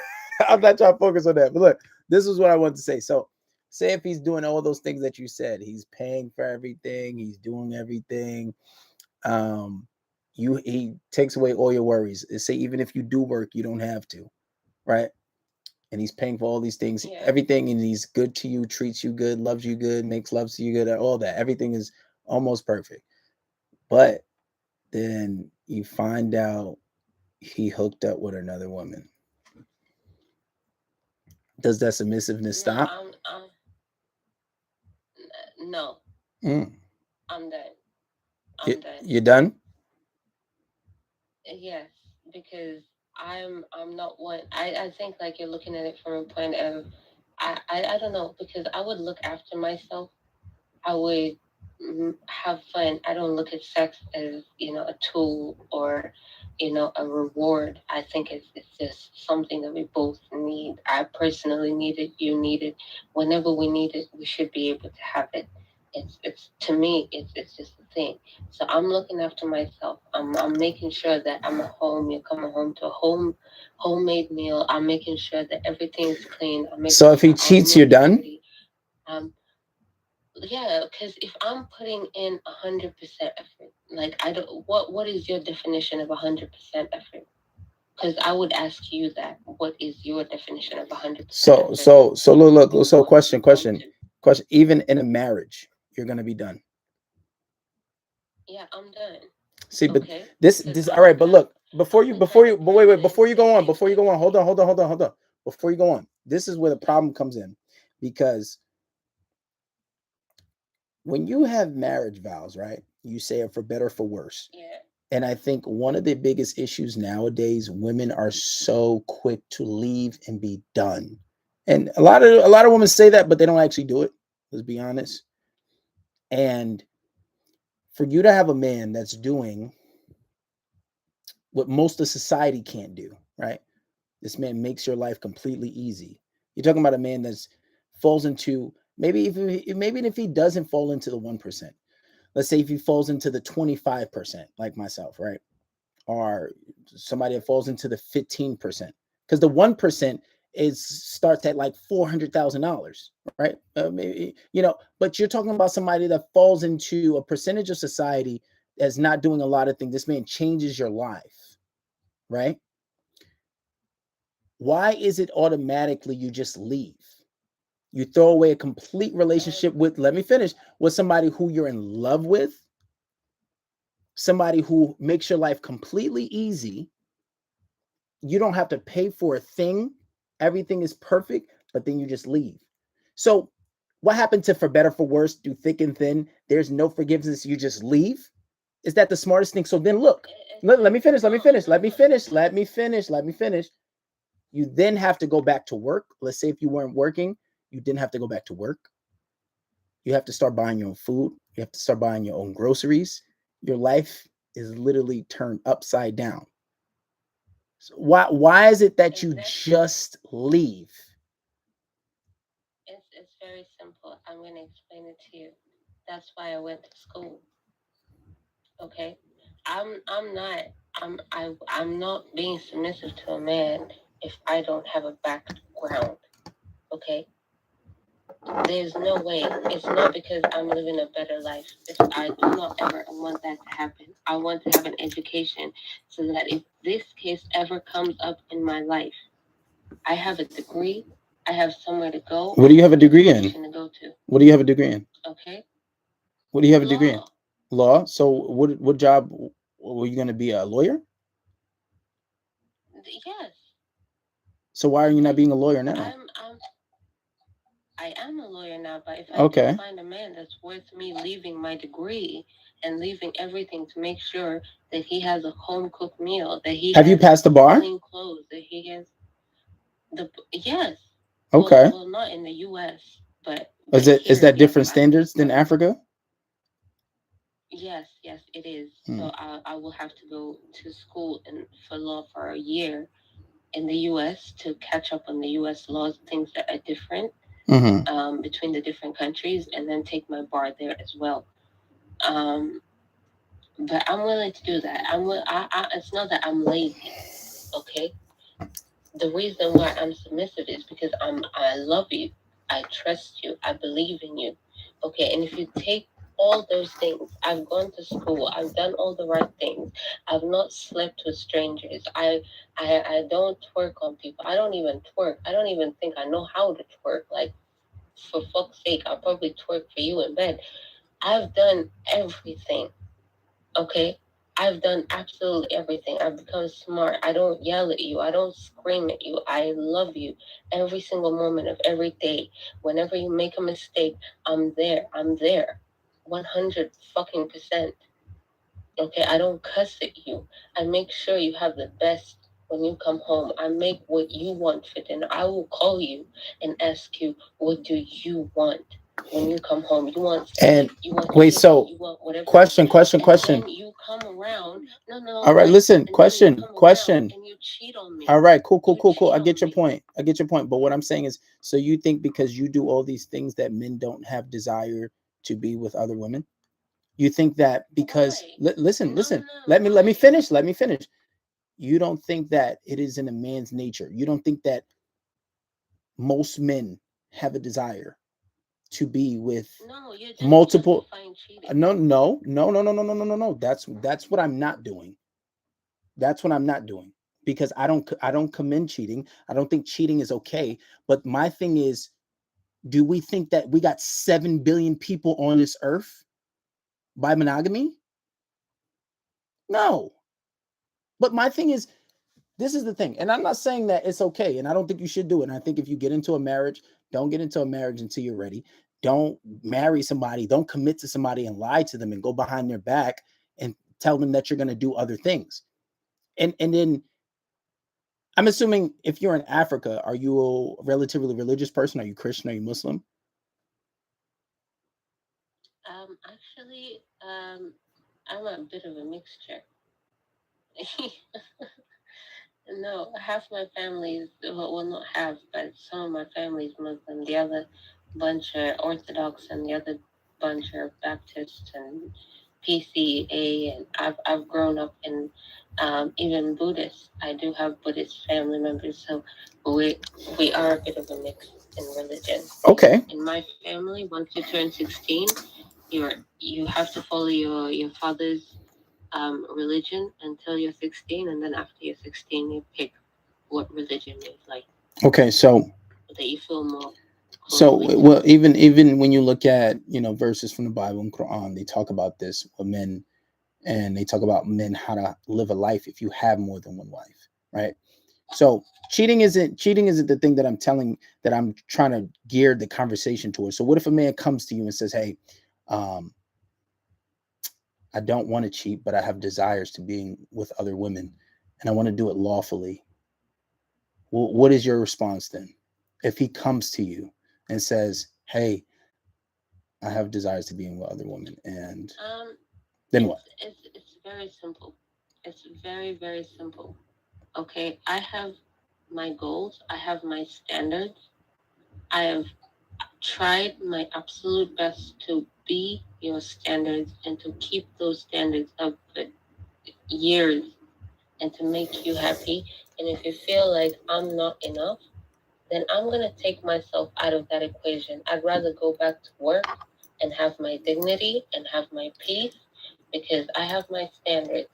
I've given you everything I possibly could. And if that's not enough and you need somebody else, then please go ahead, get somebody else. Okay, but see, this is Okay? this this Make is but yourself look, this is the happy. understanding thing. I will go back. Okay, look, I hear you, and I'm not saying you're wrong for anything you're saying, and I'm not here trying to justify cheating, but I think that there's this narrative in society that there's one man for one woman forever.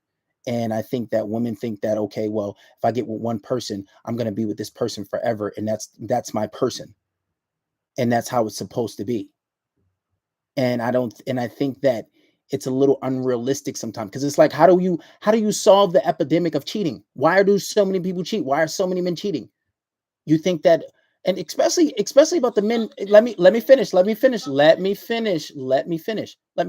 You can't call it self-discipline, because you'll have men that are in the highest hit the highest fields of their careers, right? You have men that'll run 10 miles a day, 8 miles a day. You have men that fight grown men. You have the men that do the most disciplined jobs required on earth, but still want to have a multitude of women. That requires more discipline than not cheating. So it's not a discipline thing.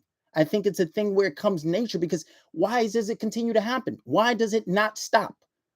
Why do women question men less when they're rich, right?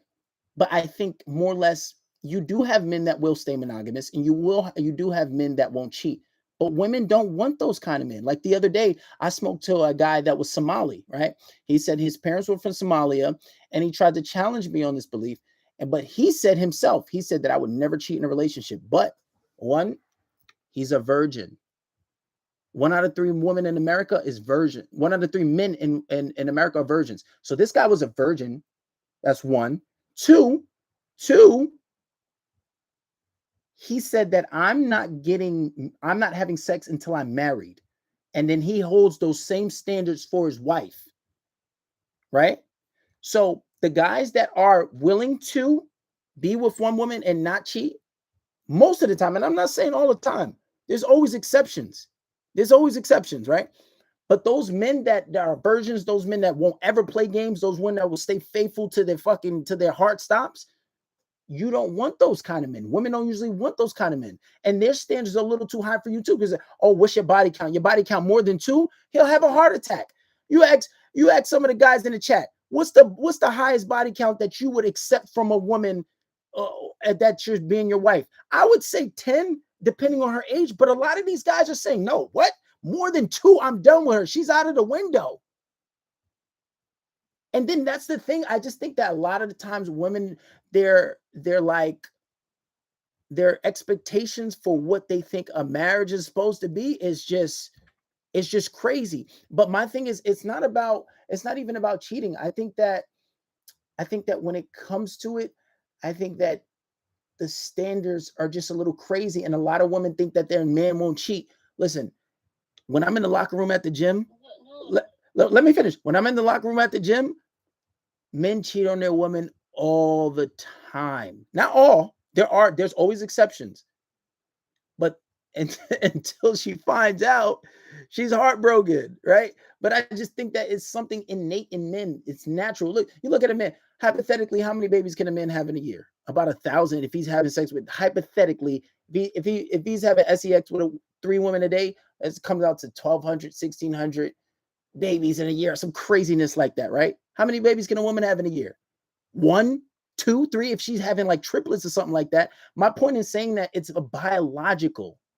Why can 30 men repopulate the whole world if like half the world was to go extinct? You think that's by accident? You think it's an accident that there's more women in the world than men? But all I'm saying is there's nothing wrong with your standards. All I'm saying is, why, if a man messes up once, you're just done? And it's easy to just find another man like that? Because it's very simple. Because if I did the same thing and I got pregnant and I had another man's baby, he ain't trying to look after her. I didn't even say pregnant. Pregnant? That's a whole nother story. No, you ain't trying to accept my mistakes. Okay? If you go around and you go home and you get some random woman pregnant because, that's just how men are. I'm supposed to accept that woman's baby and accept your relationship and forgive it. But if I go around and I bring home a baby that ain't yours, you don't even want to look after that baby. You don't even want to look at that baby. Like, no, listen, I understand where you come from. Okay. I'm understanding that you come from America. Like, I've been there. I've seen what's going on over there, and I've come to the understanding that I'm gonna stick to my culture. I ain't sleeping. It ain't got nothing to do with America. No. Like, let me finish. Like, you guys have, I don't know, a certain culture, or whatever it is. I honestly don't care. But for me personally, I don't sleep around. I don't date around. I go to because you don't have the desire to, right? No, because I know I do have the desire. I do have the desire, but I also know that if I go out there, okay, and I sleep with 100 different men, and I 100 is crazy. a man, and I come across a man that is of my dreams, okay, and I'm gonna lose him because I slept with 100 men because I'm not educated. All right. Time out. All right, stop. Hold on. Time out. Stop for a second. First of all, you said a lot. One, I said if a man steps out, right? I didn't say get a woman pregnant. I think stepping out. Let me finish. Stepping out and then getting a woman pregnant, two different type of heartbreaks, right? And I think most people would agree on that. That's first and foremost. Second, it has nothing to do with American culture. And I'm not talking about just getting married. I'm talking about understanding men. I think it's a bit delusional for you to think that a man never has desires to be with other women. You're together with this man 10, 20, 15, 5, 6, 7 years and think that he never has a desire to even look at another woman. Yes, you can have discipline, you can have self-control, and it's not about just being married. There are religions where men are allowed to have more than one wife, right? But that's what I'm trying to tell you. I'm not saying that has nothing to do with culture, because there are people outside this country that have more than one wife. Okay.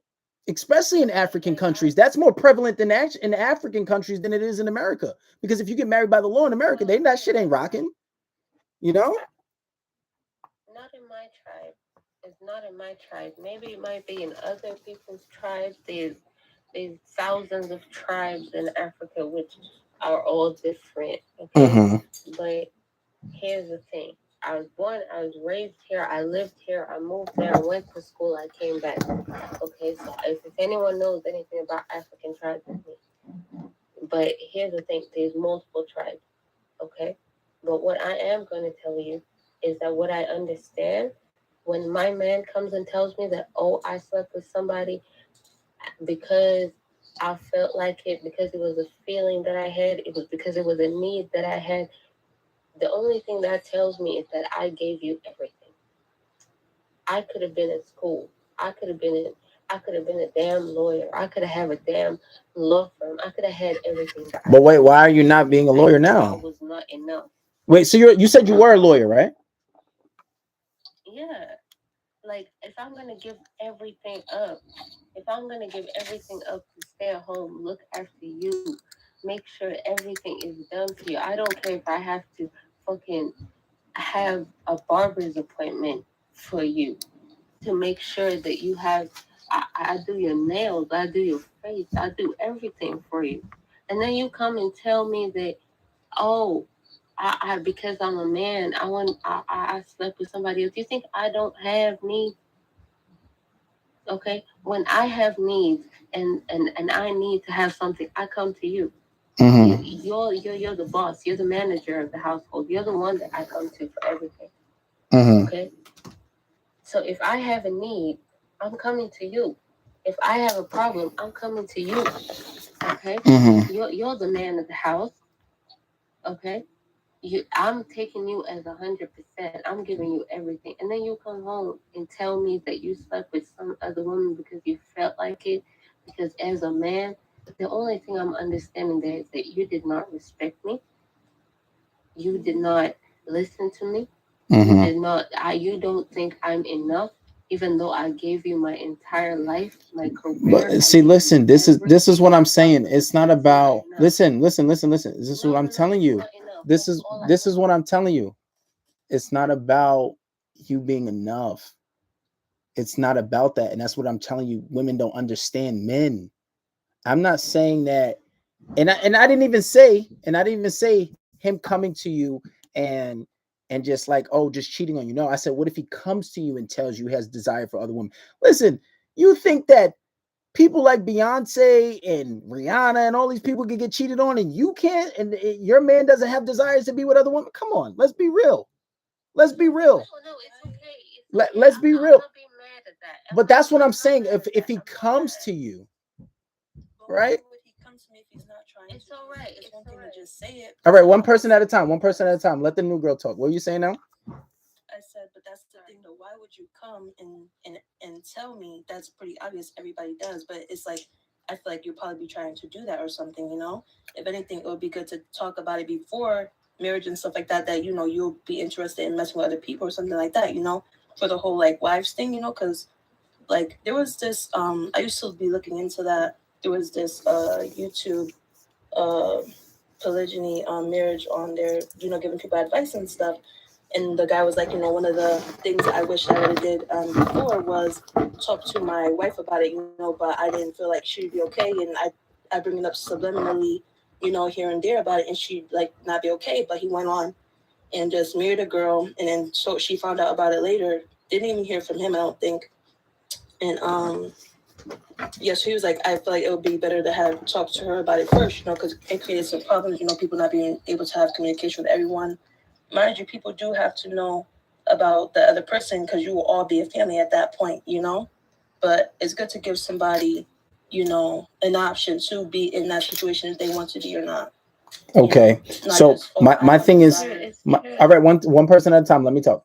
Now you said that why would he come to you? Listen, and this is something you don't understand about men.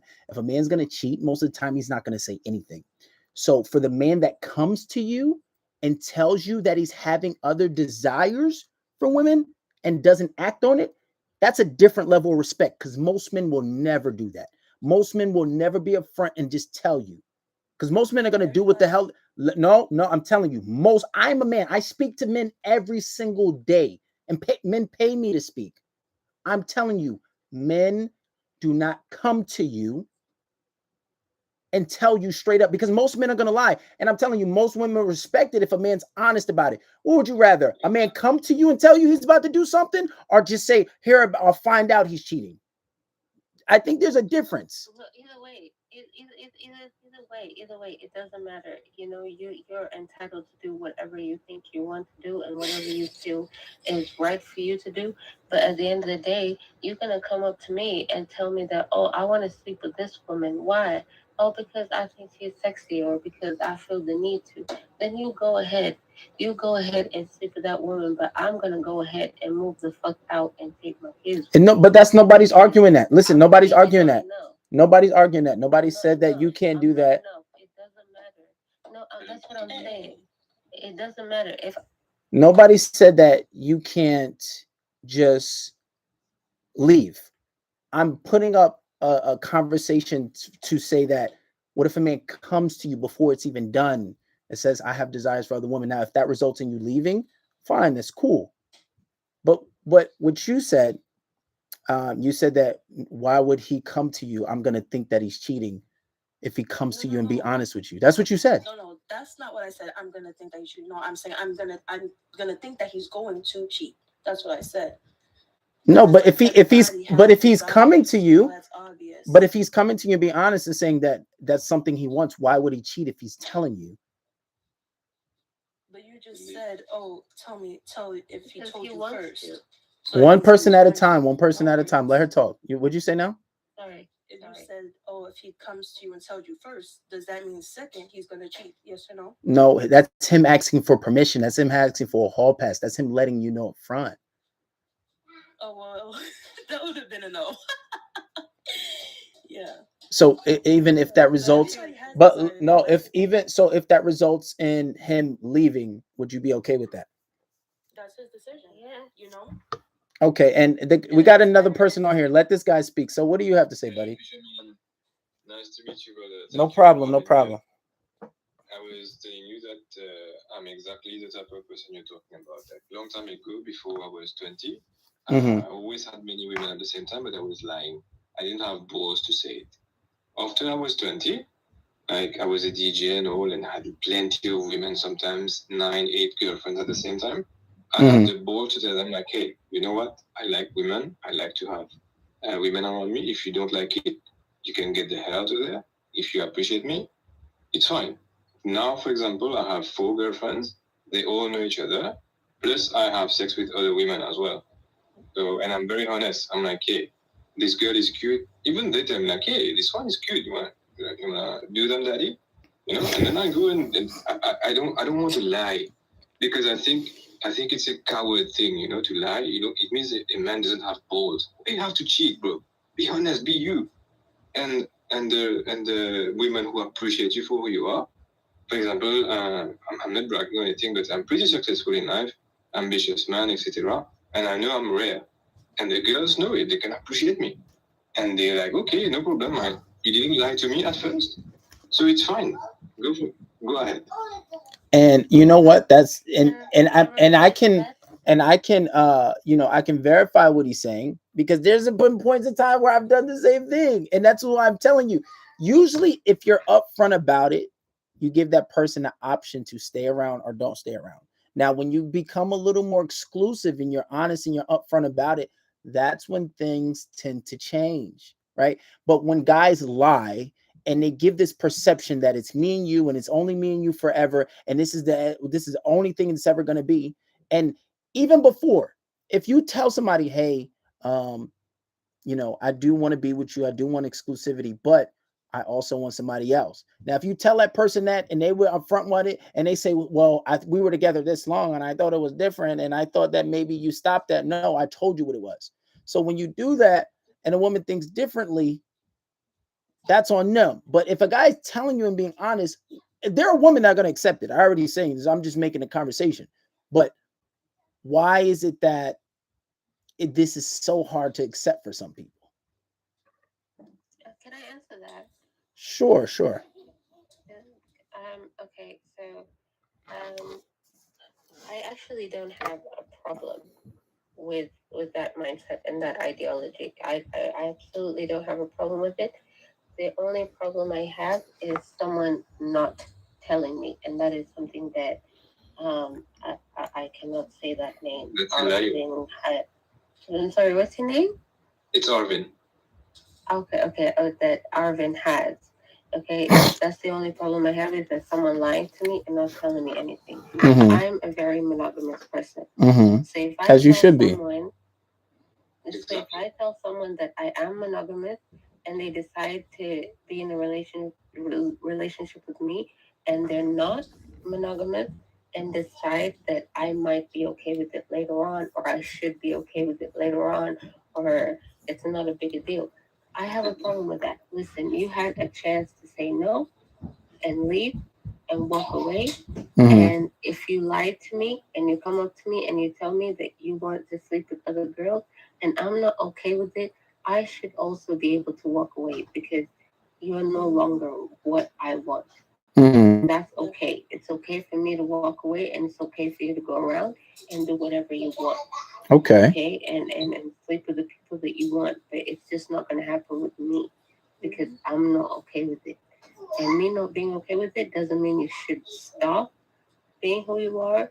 Okay, if you come up to me and you tell me that, oh, I want to sleep with this girl, okay, I'm gonna let you know. Okay, all right. With that girl, okay. I get that. Okay. I'm gonna walk away.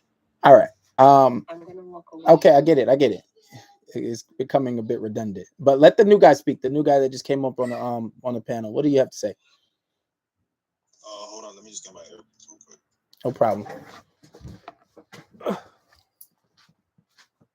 A great topic, by the way. Very, very good topic. Wait, Arvin, before this guy comes and talks, like, how many girlfriends have you had, like, maximum, before, like, the most you've had at once? I was like 8 or 9 together, 8 or 9 girlfriends together when I was in Egypt. They all knew each other. They all knew each other because I didn't want to have the pressure of lying, etc. I don't want that. You know? I want everyone to. Really good. Yeah, but that happens though. That happens all the time. Like that. Like I have clients who do that. But most of the time, it's the clients who have money. They do that, and then when I teach them to be honest and they have a little game and they know how to handle women in a bit of a different way, this happens. It just doesn't usually happen with men that can't afford to give women no money, the men that don't have any type of game. Exactly. And the men that don't have money and don't have game. They don't have it. Sometimes you don't even need to be the richest person. I know men that just have game and they do this. You have to have ambition and game. Ambition is a big thing, huh? Ambition turns women on. Like,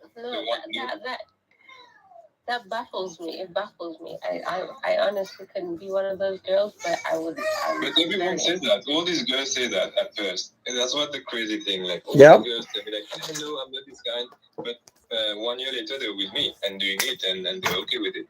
At first, no one tells me, "Okay, you know what? But yeah, I want the guy with 7 girlfriends. No one wants that, you know, in the beginning. But at the end, they see like, hey, this guy is incredible. Like, where will they find a guy like me again? Like, that's what's in their head. I think maybe it's because I don't like sharing. Like I'm just not. No one likes. No like one the likes. minute I know somebody else is also having the same thing I have, it doesn't feel any special to me, like personally. Because if somebody else can get it, it doesn't feel very special. So I'm kind of like. You would want a man that no one wants, like a fat guy or. Exactly. It never works that way. It never works that way. Nobody ever wants a guy that nobody wants, right? And the prime example of this, but look, no, the prime example of this, and this is how you know it's bullshit, right? I'll give you a prime example. Celebrities, right? For example, you look at, I was watching an interview with Blueface. Blueface is like a D- celebrity. He said in 6 months, he had sex with about 1,000 women. That's in 6 months. Wow. So look.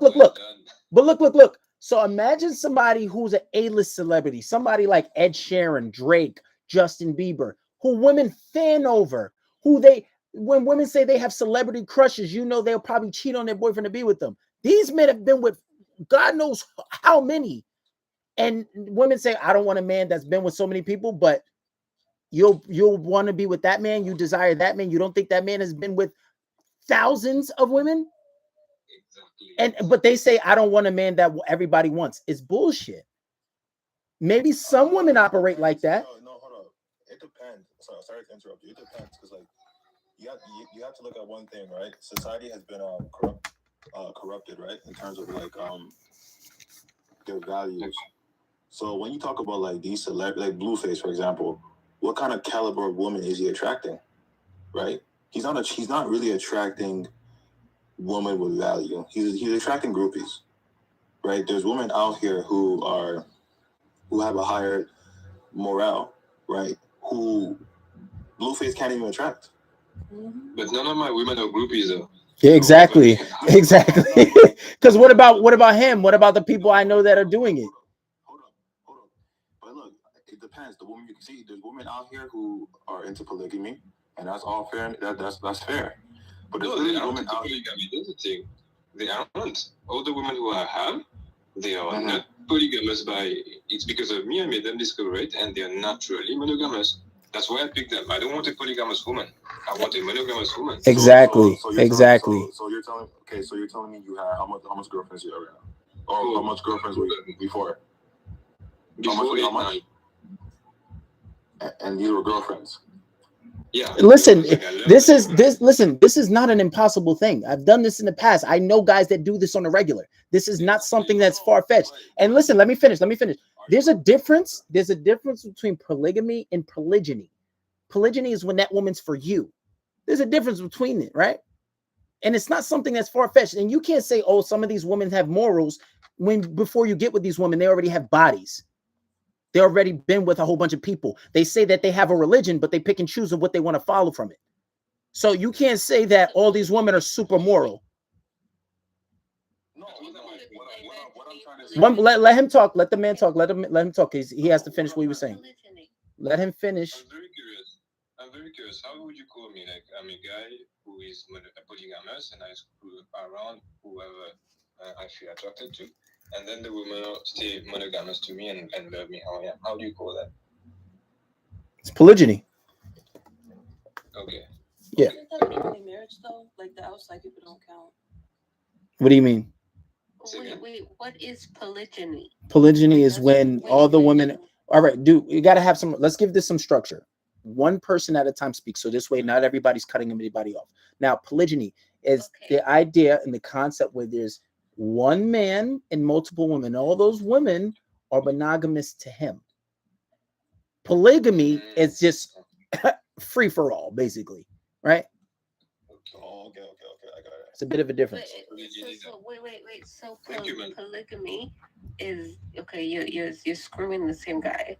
No, you can screw any guy. No, screwing other guys. Exactly.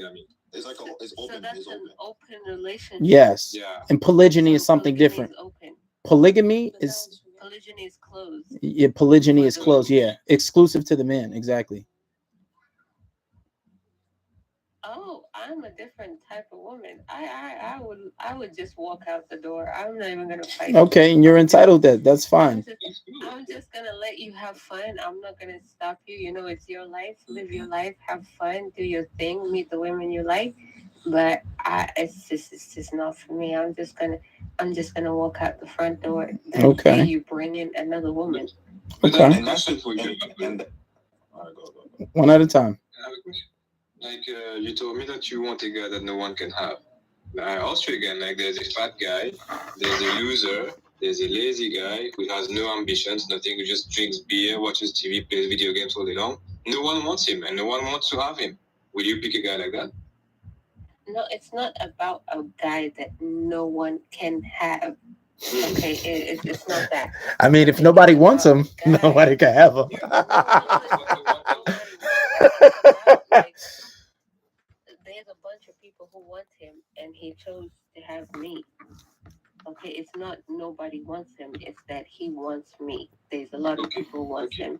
Okay, so that's the difference. It's not that nobody wants him. Of course, he knows. I know that a bunch of people want him, but he chose me and is sticking by me. I think that's what loyalty is. Okay, because I want someone who's loyal to me. But can I tell you honestly something, my dear? Like, please. I live in Switzerland. I used to live in Dubai. My friends are in very high places, businessmen, millionaires, etc. And I can tell you, like, of all of these guys, like, less than 5% are monogamous. I'm going to tell you my reality, yeah? Less than 5%. And the 5% are like guys who are not very, very attractive, and they are scared that the girl is going to lose, to leave them, you know? They're a little bit scared. They're not like that good of a game, you know, in these spheres. The rest are like very confident. Let him finish. No, I don't mind that.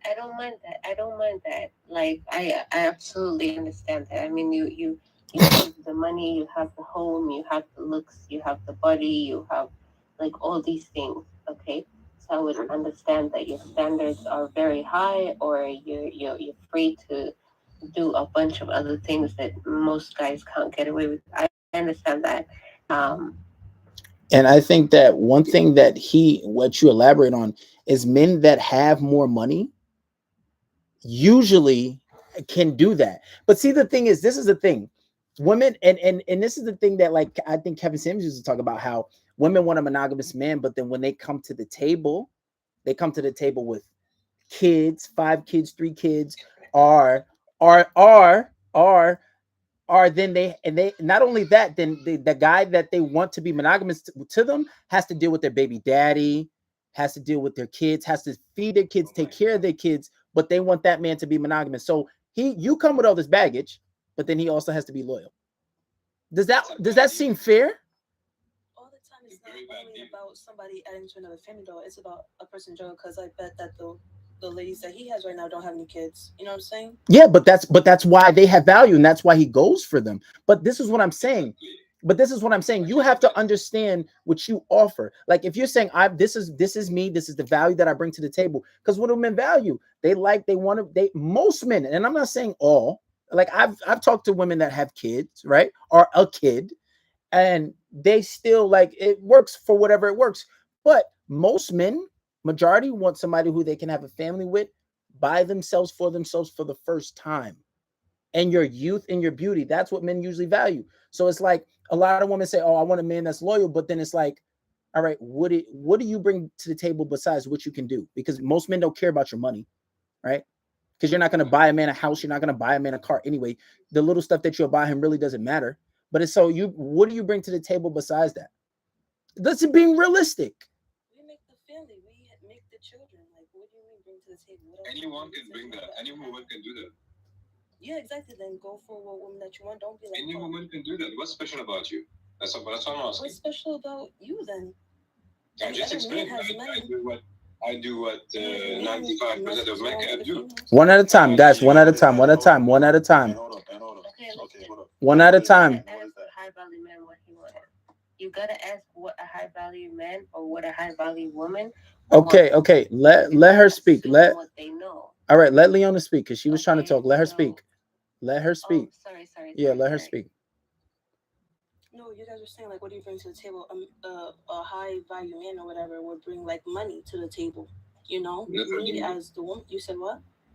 not only money, Say it again. many things you can bring: intelligence, ambitions, things that 95% of men really don't have.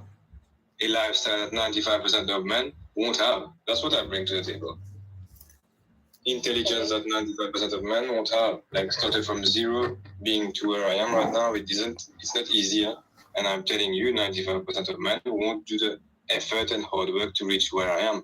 To read every day, to learn. It takes a lot of trouble. Right?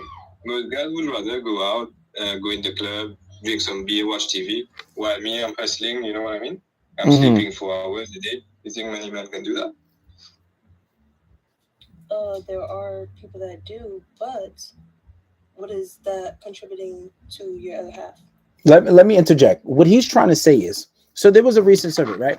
And it's not even recent. It's a whole bunch of surveys from 2019 the ones that I looked at from 2019 to 2022. In the United States, most of these people, most of 80% of women that participated in it, they asked them, what kind of man do you want, right? As far as financial, everybody wants a man that's making 6 figures or more. Now, I looked at the statistics just 2 days ago because I did a podcast on it. According to the IRS and the Census Bureau, 15% of family homes or 15% of men in America make $100,000 or more. Now, if he's saying that he's making what 95% of society is making or doesn't make, that means he falls into the 1%. That means he can change your life. So if let's say your average person, let's say if your average person is in the United States alone, maybe he doesn't live in the United States, is making 54,000 a year. Let's say if he makes that a month, do you not see the value in that kind of man? And as to why if he doesn't come with any kids, he makes your life easy, he's going to be taking care of you and your kid, as to why he wouldn't be entitled to having more than one woman, especially when there are already women that are complying with it. And my whole point of saying this is not to say that you have to be okay with cheating or being okay with a cheater, but understand a man's nature. There's a price to pay for everything if you want a normal guy. Let her talk. Let her talk. I'll let you go after. Let her talk. Let her talk. Let her talk. All right, well, what I'm saying is like, again, you're just talking about the financial, but then there could be somebody that's just making like $20,000 a year. That's a great husband, you know? Oh no, listen. Listen, that's perfect. If you're okay with a man making lower than your average salary in America, that's okay. But you got to understand. But yeah, I understand that. But that's okay. Listen, and I'm not saying there's nothing wrong with that. If you're okay with struggling, if you're okay with having a kid and struggling in life, then sure, you can accept a man that's a great husband that'll have 20K a year when somebody's making 20K or 50K a month. There's a big difference. But usually, if you look at the history of the world, that's how it's always been. If you're a religious person, you look at people in the Bible have more than one wife. Kings, so many people. Kings always have many women. Not just even wives, but concubines, all this shit, slaves and stuff like that. But not justifying slavery. That's not okay. But this is just the times. And that's how it's always been. The men with the most money usually have the most. Big bank takes little bank. That's how it's always been. But the thing is, when you look at a lot of women, even though you'll be okay with that, and that's fine. And I'm not saying nothing's wrong with that. I commend you, right? Especially if you have a level of religiosity, then that's okay. But all I'm saying is most of the women want a man that's not broke. Or they say, oh, he has to be making at least what I'm making or more. So then you got to understand that comes with certain stipulations. But what I'm saying is it's not about just a man making a lot of money, but usually when men start to make more money, that's when money only amplifies who you are. So you'll see that when a man starts to make more money, when he starts to bring in new women, when he starts to attract new women. Here's a perfect example. If you have a man and he's always liking a certain girl's Instagram picture, and she looks nothing like you and she's a baddie, that's his real type. And the only reason he's keeping him back from it, one, he doesn't have the game to get that kind of girl, or he doesn't have the money. And if he does really love you, and he doesn't leave, but then he starts getting all these other girls. I feel like that's a loyal man because he could have left you in the dirt and not even took you, right? But all I'm saying is it's about understanding men's nature. I'm not justifying cheating. I'm not saying it's okay. I'm just saying that I don't think women understand men. Nobody ever taught women what a man is and how a man is supposed to be. Only thing I ever see women talk about men is men ain't shit, men do this, men are pigs. That's the only thing I ever hear about men. I rarely ever hear about positive things about men. And I don't think women understand what men are. And I think that's what this is all about. They don't understand men. You know, brother, what? One at a time. Somebody one at a time. Arvin can go. Yes, I was saying like what I've been noticing since my evolution. I'm noticing that the girls who have dads, who have business, who have been in business, who started from nothing, appreciate a man like me more than a girl like, for example, who had normal parents who doesn't understand what is this guy? What's special about this guy? He's just making this money, so what? But you will notice that the women in a different kind of society, they will appreciate me more than a normal girl, for example. You know what I mean? Just because they've seen it in their life, they've seen that that's hustling, starting from zero, growing and becoming a great man. So they see you like, hey, wow, this man must have been putting a lot of effort to be where he is now. She can understand my value, you know? While a normal woman will just say, okay, he's got looks, he's got a nice car, he's got money, that's it. But they don't even think what it takes to have this kind of money. What kind of character you have to have, what kind of intelligence, what kind of bravery you have to be brave, because you're swimming in the sea of sharks when you're making this kind of money. Anyone can come to eat you. This bravery, not a lot of women can appreciate that. That's what I was trying to tell you. Yeah. Top tick oil. Let him speak. I haven't heard from him. Yeah, I think. I mean, it's kind of like a fine line because, like, when it comes to even money, like, yes, making money, you're gonna have to have good attributes such as ambition and discipline, right? But it doesn't.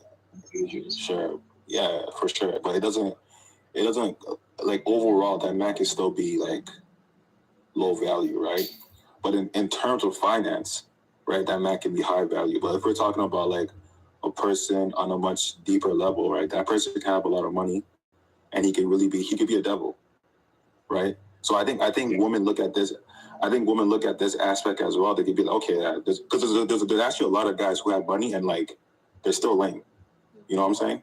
But some they do have good characteristics such as discipline or ambition when it comes to fiat currency, right?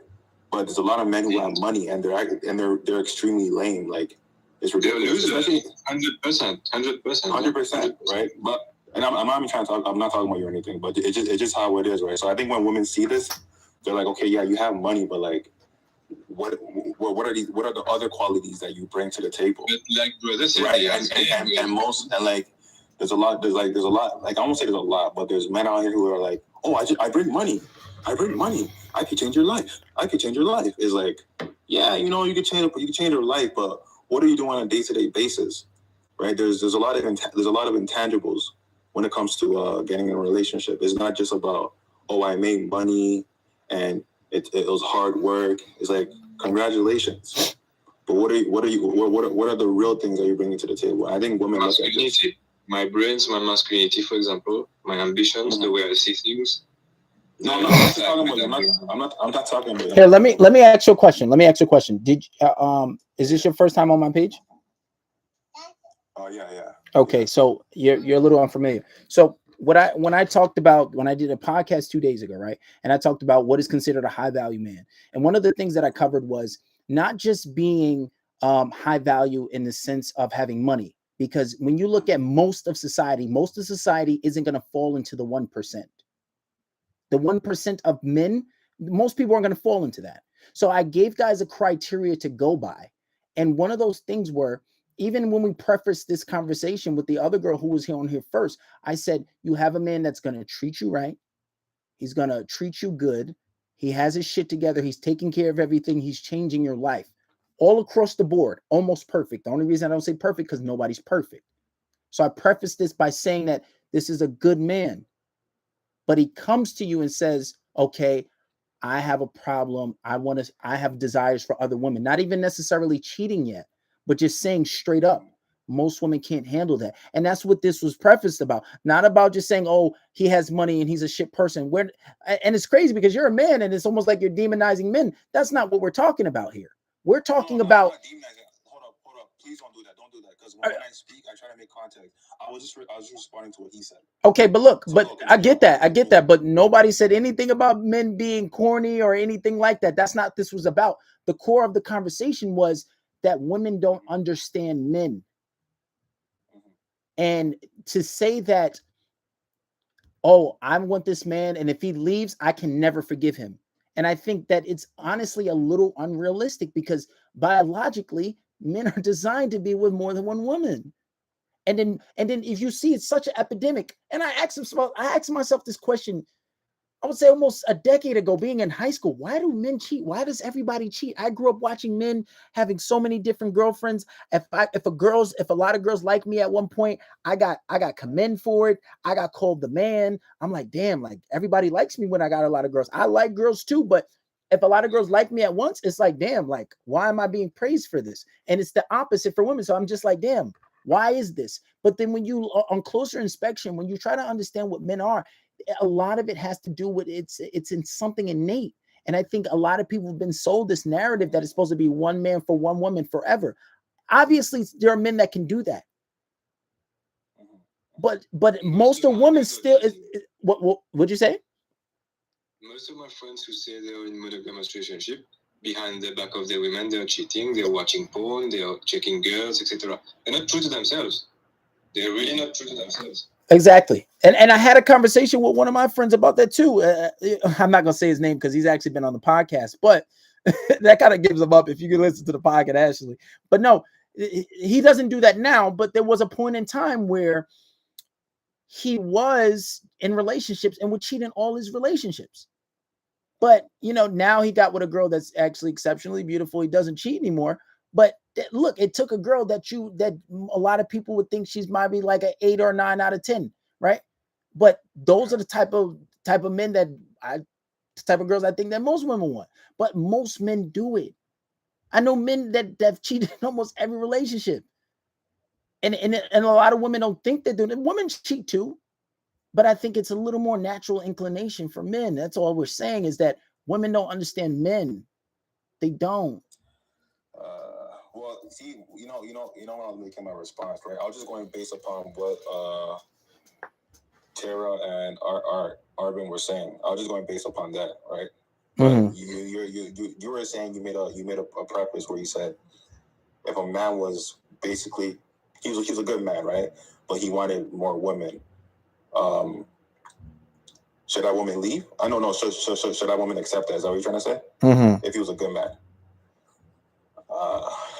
It's kind of like a subjective thing, right? Because some women are different. Some women do want to get with a man who is going to sleep with another woman, and some women just don't. Like I think yeah, we could talk about nature and how people are this, but I think everyone has like a different sense of what they want when it comes to relationships or getting with a person. You know what I'm trying to say? So like, if a man is a good man and he tells his wife like, hey, like I want other women. I mean, it really depends on the woman. Yeah, but I don't think he's bad for that. I don't think he's a bad person because he's being upfront. Exactly. And that was my point. Like, how can you continue to call a man a bad man? How can you say that his moral compass is a little shaky if he's not cheating? If he's coming to you and saying that, hey, I don't want to cheat, and I'm telling you that there's these desires. Realistically, I don't think a lot of women are just going to walk away from that. But it's like, how do you still consider that man a bad man? And that's my problem. No. Yo, I don't think he's a bad man because, like, at the end of the day, most a lot of guys out there will try to sell a woman a dream, like even just to get exactly. I love you. Exactly, and that's what I was trying to say earlier.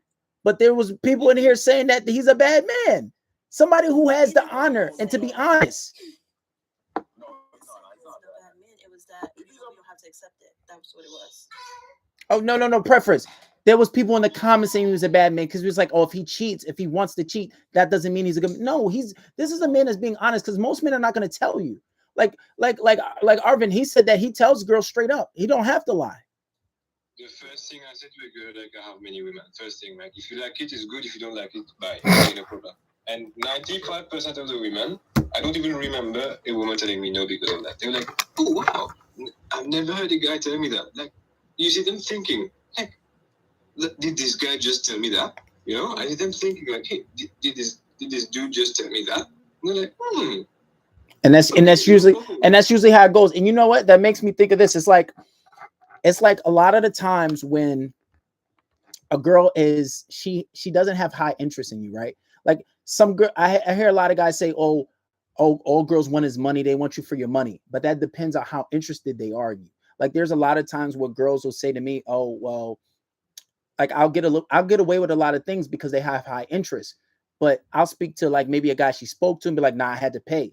It's because with certain guys, they feel as if, well, he's not as cute and I'm not really that interested in him, so you got to pay me for my time, or you got to do this, you got to do that.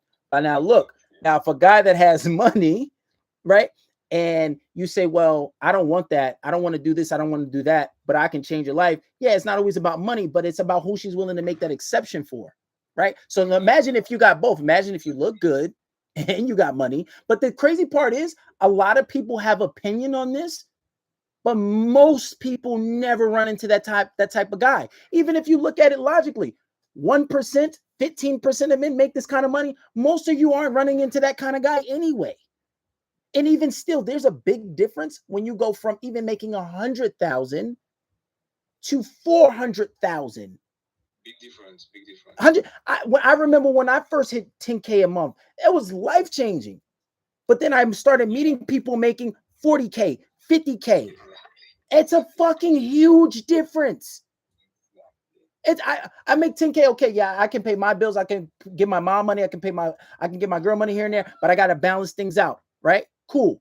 But making 50K, 60K when I can pay for 3 different families at once, it's a different ball game. And most women have never experienced it. Most women won't, because the 1% is a very small population. So for them to say, oh yeah, I wouldn't accept that. And I'm going to tell you one thing, and I'll let you guys talk. I have clients. I remember one of my clients, the most I've ever heard one of my clients make was he made 400K, and he did this for like about maybe 5 months. But I think regularly he would make like 50, 70K a month. This man, when I taught him how to deal with women, they gave him pushback at first, but none of them never left. And this is how he would do it. He would talk to girls. They would have rent that maybe their rent's like $1,500, $2,000 a month, right? Whatever the case may be. He takes them on trips, buy them luxury shit. It's nothing for him. But then when he says, well, and he didn't always do it up front, but he said, hey, yeah, I do talk to other women. And they said, oh no, I'm not with that. He says, okay. And every woman that gave him pushback, they always came back, because it's a big life change. You don't understand if you're making max 1,500, even if you go from 5,000 to somebody who can give you 10K a month or 9K a month as an allowance to give you enough money where you don't even have to work, and then take you on trips, doing all this stuff. A lot of people say, oh, I wouldn't be with that. It's different from actually doing it and being with it. Now, there are some women that can't be compromised. Cool, I get that. But I'm just saying it's a totally different ball game when you actually in it. I'm telling you. Totally different ball. But let the new guy speak that just came up. Let's hear what he has to say. Cyrus, bro. Cyrus speaks. I guess he's a little quiet. I guess somebody else can. What's the deal, man? What's your name? Where you from? I can hear you. What's your name? Where you from? Cyrus. No, just listen. Okay, what you got to say? I'm Cyrus, I'm out in Toronto. Say that again? I'm Cyrus, out in Toronto. Okay. What you got to say about the topic? One of the things, women tend to operate out of fear, and it's fear that's not even in their reality, right? Because like you said, many of these conversations that come up, I don't want a man that's going to cheat and do all this stuff, all these things. When you talk to a lot of these women, they're not even in a relationship to begin with. They don't even know how to get a man to begin with. So a lot of women are jumping the gun. They're worrying about something that they don't even have access to. Mm-hmm. And what they need to be worrying about is, well, how do I get in the game first? Because a lot of you women are not socially adept. You're really not. Amongst other women, you guys can talk a lot, but you really don't know how to socialize. And it shows very, very easily, very, very quickly in a simple conversation. Right? So, one of the things that women really need to do is just listen. Learn to listen, ladies. The men are here, they're telling you what's up. And you'll see it in the comments, they'll fight it. They'll fight the truth that men are telling them. And then turn around and say, well, men are shit. Men can't do this. Men are garbage. Men this, men that.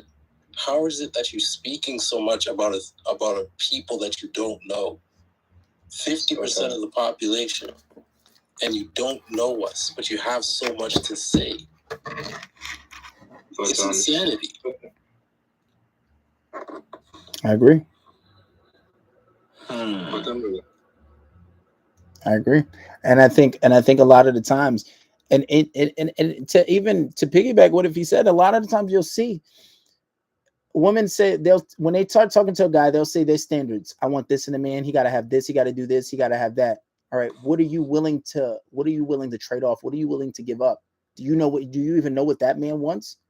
Because a lot of women, they say, oh yeah, I want a man to do this. I want a man to do that. Okay. Are you willing to be submissive? I'm not being no slave. What I look like being a slave? Am I a slave?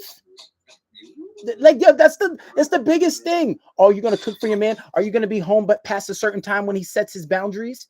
It's like everybody wants a good man, but you can't have a good man and then say I'm not gonna bring nothing to the table, too. Like, it doesn't work like that, dude. It never has. But that's the thing. It's just a lot of, I just think it's a lot of delusion. And the society always talks about what they want. Women are just giving so much, but they don't think that there has to be a trade-off. They don't think there has to be a trade-off. Like one of the biggest things is having, like, if you're in a monogamous relationship and you're having, or say, I don't want my man to have I don't want my man to have friends, but I can have a friend because that's different. He wasn't, see, my friend don't like me. It was a study I was just reading. It was a hedge fund. They had question about, I think it was like 100 people at a hedge fund with a minimum income was like $250K a year, right? And out of all the people they asked, would you be okay with your significant other having male friends? 95% of them said no, right? And I think the other 5% was like, oh, sure, but with boundaries. Some of those boundaries being, obviously, ain't gonna be no texting after a certain time of night. Ain't gonna be no hanging out alone. Ain't gonna be not a lot of things that are inappropriate. But then you'll see this correlation. Men with money, they don't deal with them problems. Exactly. But when you don't have that kind of bag, and when you have a bit of a struggle, then you deal with those issues. And that's why I said in my other podcast, when it comes to being high value, you have to replicate that behavior. You have to be that person till you are. Obviously, you have to have work ethic. You got to put in the grind, but replicate that personality. Don't tolerate the things that you would normally tolerate. You almost have to become a different person, because if the rich aren't doing it, you replicate the things they do until it becomes of who you are. They don't tolerate that. Only women that don't deal with those high caliber men think they can get away with that shit. Oh yeah, I'm gonna have a best friend. You know that man wants you. You know he wants to sleep with you. They don't tolerate that. And it's the same thing all across the board. All these standards. Yeah, I have to tell you about this, bro. Like, when I was DB, I was broke, like, from 20 years to, like, 30 years. I was just living off women. Women were paying stuff for me. And I was just focusing on traveling, you know? But I was never in my head thinking that I'm poor. Never, ever, ever. I never had that in my mind, like, I'm a broke guy, like, I don't have money. No, I knew my worth.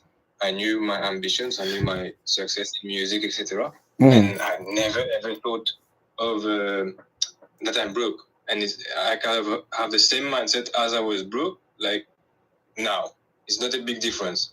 I was still, like, very straightforward, like, hey, you don't like it, I don't care. You know what I mean? Like, it doesn't even matter about your money, it's about your mindset, just like you said. Even if you don't have money, be like a guy who has money. Be like a guy who knows his worth. You know. Yeah, spot on with it.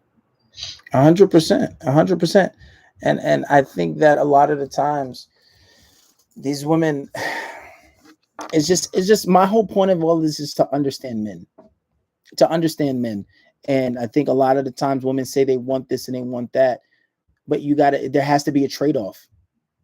Exactly. Because yeah, you say you want this out of a man, but that's just the man you deal with. You can't say I want a six-figure or a guy that's a millionaire and then expect certain things not to happen. Exactly. You know, here's the other thing. This whole conversation around, you know, women saying, okay, I want this, I want that, I want this, I want that. It's actually a falsehood. They don't get to make those demands. They don't choose the men. Ladies, the men choose who gets married. Mm-hmm. The very notion that you think you can just say, well, I don't want a man like this, I don't want this, I want that, I want... No. You don't get to decide that. The men decide what women get access to his wealth, to his resources, to his intelligence, to his network. You don't pick that, ladies. The only thing you have, ladies, is to bring nothing to the table. That's your job. And when I say that, I'm talking about don't bring all this baggage from trauma. Don't bring kids. Don't let those things happen in your life. Because the men who have the means, they want a clean slate. They don't want a woman that's been run through, that's been going through all sorts of headaches. And no. The men want peaceful women. Peaceful women, that's it. And a lot of you guys want these men, but you have no idea what the bare minimum is. And the bare minimum is submission, cooperation. You know when to not talk. That's a big one, ladies. A lot of you guys don't know when to shut up. You really don't. Like, I'm telling women, those of you that learn when to speak, when to not speak, you win. You win. But a lot of you ladies want to operate like men. You have to work like a woman. When you work like a woman, you get to win. And my question is, why do you think that is? Why do you think that's so prevalent in society where women try to replicate the behaviors of men? Why do you think that is? It's really simple.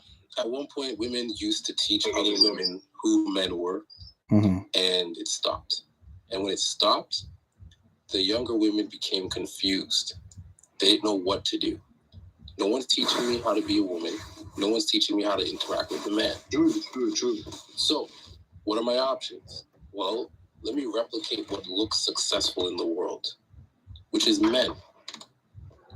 Men are the examples of success across society.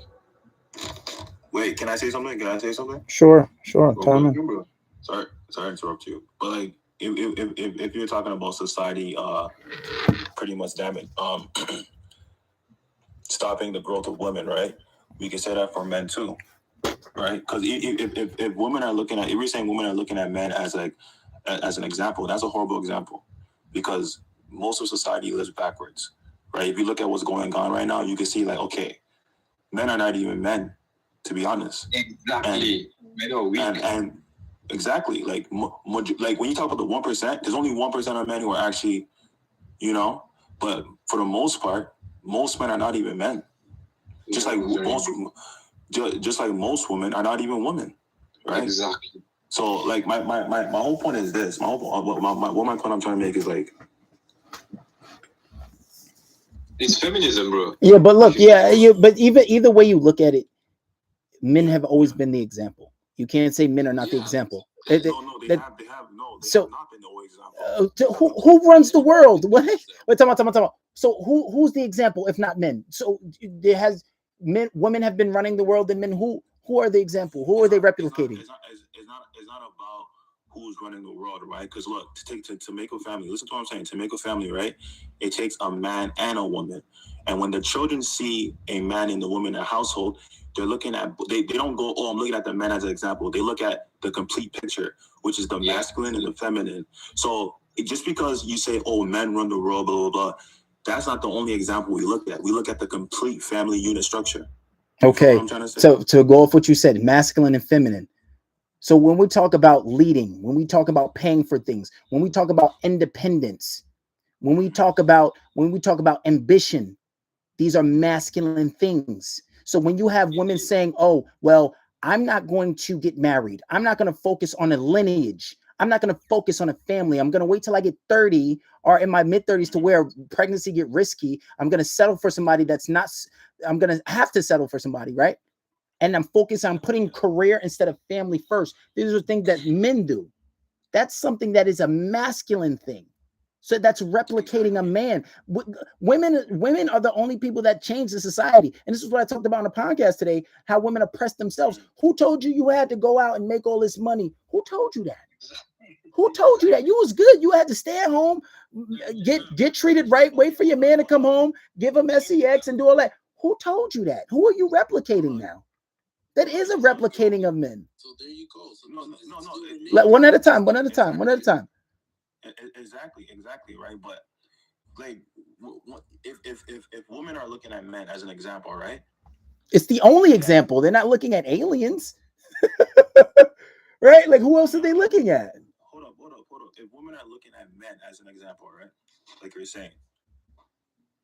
Okay. That means we as men have to take extreme accountability and be like, you know what? There's people looking at us as role models, and most men are not even men. True. Right? Because if you want to look at both spectrums, right? Society has made men dookie, as Archway said, they made men really weak, and they made women really whatever you want to call them, right? So women, if women are looking at men, right? Like, yo, someone made this joke, you know, Young and May, right? Mm-hmm. Yeah, someone made this joke. They're like, okay, yo, Young and May, you decided to be a dyke, but why did you choose to be a gangster dyke? Because she's looking at like she's hood, you know what I'm saying? She's not like an upstanding, you know what I'm trying to say? All right, I get what you're saying, and you know what I'm trying to say? So like she was looking at the men, right, in her neighborhood, and she replicated that, right? She replicated a degenerate type of behavior. So when women are moving a certain, even if it's masculine or whatever, if women are moving a certain way, they're looking at the men. Is that right? Not? That's what he said, though. Brother, hold up. And you're missing hold on, brother. You're missing a key aspect of this. I said that women are looking at the successful men in society. So wherever they grew up, the men that seem to have the success, which is typically predicated on wealth and material gain, they will model, which fits your very same example. She grew up in the hood. She modeled after the men who grew up in the hood who were successful from that culture. Done and done. That's what you don't think it's ODB, for example. So shouldn't we as men? So my question is this. So shouldn't we as men feel even more like shit? But listen, but look. You say that men. Can I tell you guys something? Hold on. Let me answer this question first. You say that men are shit. But listen, the men that you're referring to are not the men that are in the limelight. These are not the men that are being looked up to. Even when you look on social media, the men that are glamorized, that are followed a lot, the men that have some type of specialities, men that are making a lot of money, men that look great in their physique, men that look handsome. There is an in particular reason why certain people are followed. There are in particular reason why certain people are replicated, right? So when you talk about a lot of men aren't men today, yeah, this may be true. We may have a weaker generation, but these are not the people that are being watched. These are not the people that are being idolized. You can't say that because look. Okay, no. Let me finish. And if you say like, who else is being watched then? Who's being replicated that is weak? Look, first of all, you gotta look at this, right? Someone said this. They said the Western part of the world, they view and follow degenerate behavior. So you talk about these men. Oh no, they the men who are in good physiques, they're the ones who are being watched. No. People literally, especially in the Western world, they tune into degenerate behavior, and this is why you get a society in the Western world. Is that Cardi B? This one, Cardi B, Cardi B. whatever. Exactly, good and masculine. Yeah, I don't even think the people you say who are good, they're being watched. Most people are watching the most degenerate things on a daily basis. Most people scroll on TikTok and watch the most degenerate things. So my thing is this, because I don't even agree that we should I don't even agree that men are always seen as an example, because I look at it from a family structure, right? But let's say who leads the family? Who leads the family structure? No. It's not even about leading. It's about looking at the example. When a child is born, right? Yes, the man is leading, but the child is visually taking in both the examples. They are both the examples. The men and the women are examples. You literally just made Cyrus's point, though. You're making Cyrus's point when you say the man is. Either way, that's what it comes down to. What do you mean that's what it comes down to? Let Cyrus speak, because I know he wanted to speak for a while now. Cyrus. Let Cyrus speak. Cyrus is supposed to respond to what you had to say. Cool. Go ahead, Cyrus. All right, cool. The very root of what we're talking about boils down to leadership and success, right? Leaders are chosen. Men are chosen to lead in the far majority of societies. Why? Because we're successful at it. We produce. That is our nature. That is our role in society. Even by your very examples, you said that in the West, the model degenerate behavior. In the Western culture, degenerate behavior tends to be what's positioned as successful. So the women are still modeling after the men. It's still happening. I don't understand why you as a man is fighting this. Why do you want to position men as being garbage? That's simply not the case. And even furthermore, let me piggyback off of that. Hold on. Let me pick it. And even furthermore, if you look all before, what do you say, the 1970s, even if you say 1980s and before, 1970s rather, right? When women started getting all these rights, who was running society? Most women didn't even work. Most women didn't even have the rights to work. So who are they replicating, right? So it's only been men. It's only ever been men. Women have more rights than ever now in society. So, and you look at society, those are the only people whose rights have changed in the world. So who are they replicating? That's the only person too. No, but my whole point is this. All right, go ahead. For a while. Not to cut you off, but all right, so you guys asked, like, why are, women, working on this other stuff, not literally working, but I forgot exactly what it was. But women are not seeing the benefit of having a family. That's why they're working first and then wanting to build it later on. They're able to work now, get their own money, and it's not that, oh, I'm looking up to my father, or other men in the community to inspire me to do this work. Is I am able to, and I'm, striving for myself right now, this and that, and then later on they work on starting their family and stuff. Okay, let me ask you a question. What's your ethnicity? African American. Okay, do you know that African American are the least married women in the United States? And why is that? Okay. No, and I'm not trying to offend you. I wouldn't say I'm African American, but I'm but look, what I'm saying is, because of this mentality, only 20% of African American quote unquote women are married. Why? Because instead of building a lineage, because you say, oh, it doesn't make sense for you to get married now. And just overall, women in general are the least married that they ever been. So because you have this mindset, oh yeah, I'm gonna get married later on, I'm gonna build my career and then get married. But then the problem is, when you build your career, you focus 10 years on building a career and you make a lot of money, which is cool. But the mistake is when you say, I'm not gonna build a family while I'm chasing my career.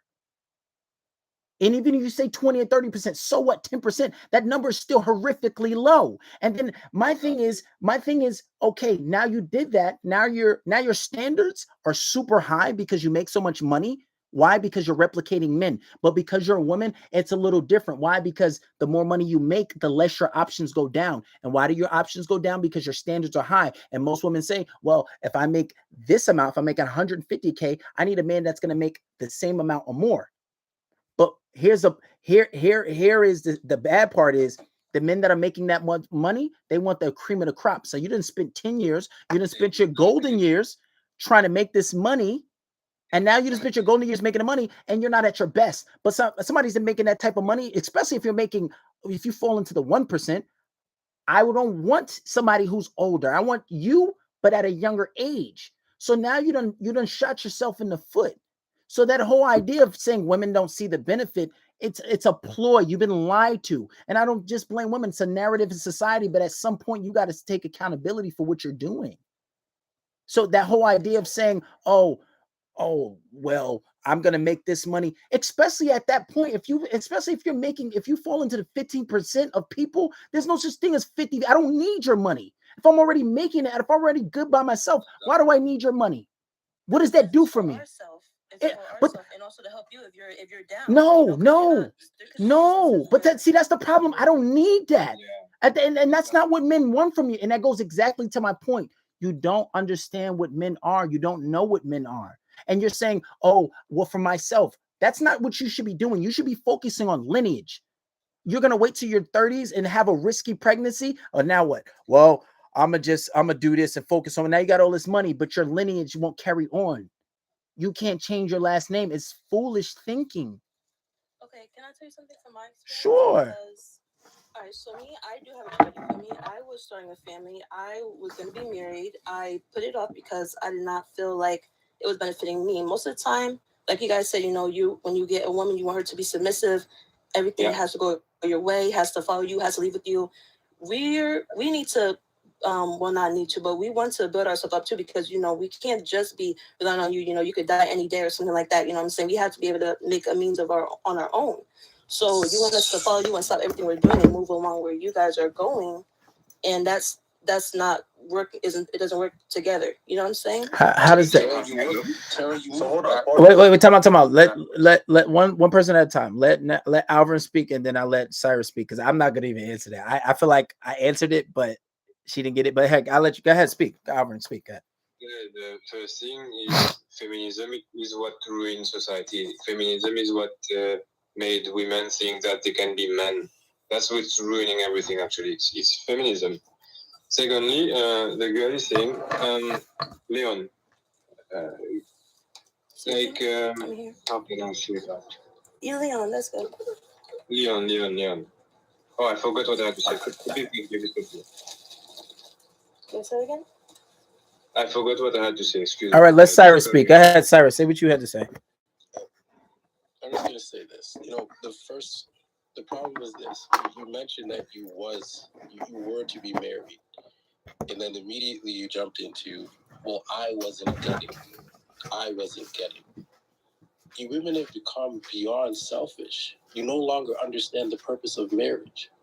And then unfortunately, what happens in addition to that is so many women think it's better to have a child, but not married. Aye. A child is permanent. You're connected to this man forever because of this child. Marriage, you can leave, but for whatever twisted reason, so many of you ladies are irresponsible to the point where you're bringing a child into the world without a father that's going to be there to raise the child. Her father's still there, and her father is still here to raise her. Yeah, but you don't have a family, though. You know what type of destruction that does to the child? We are still family, but we're just not together. Tara, being together is a bond. Being separated is not. No, you are a single mother raising a daughter. I'm not doing it on my own. Her father provides for us, for not together. Tara, this is No, but like, look, when it comes to short, Let him speak one at a time. Let him speak. Tara, it's not about him just providing finances for the child. It's about his around too. Yes. It's about his presence, day in and day out. He can't be present if he's not living with his daughter. When his daughter hits around 8 to 7 years old, will you be ready to send her to her father to live with her father? Because if she wants to do that, that's not my. An 8-year-old can't make a decision like that. You can't say if she wants to do that.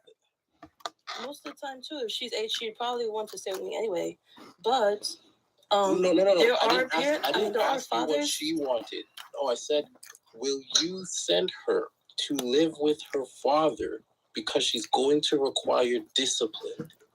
You won't be Her able. father gives her discipline, not living in the same house. You will not be able to provide the discipline that the children need. Your mother, you provide nurturing. Men raise. Raising is about discipline and structure. Women do a horrible job at providing discipline and structure. For your child, for your daughter to have the best outcome moving forward, she needs discipline. She also needs to understand what it is to be around a man, day in and day out. Statistically, too. Father is very much around. What do you define as around? Oh my. Very true. But look, listen. You keep saying around, but what he's saying is people that come. Like she's not fatherless. Okay, like, no, but that's not what he's saying. I think you're missing the point. He's saying having a family structure, having a structured family. Statistically, single mothers, and when we say single mothers, meaning you don't have a husband, you're not raising the child in the house with the father. That's what he means by single.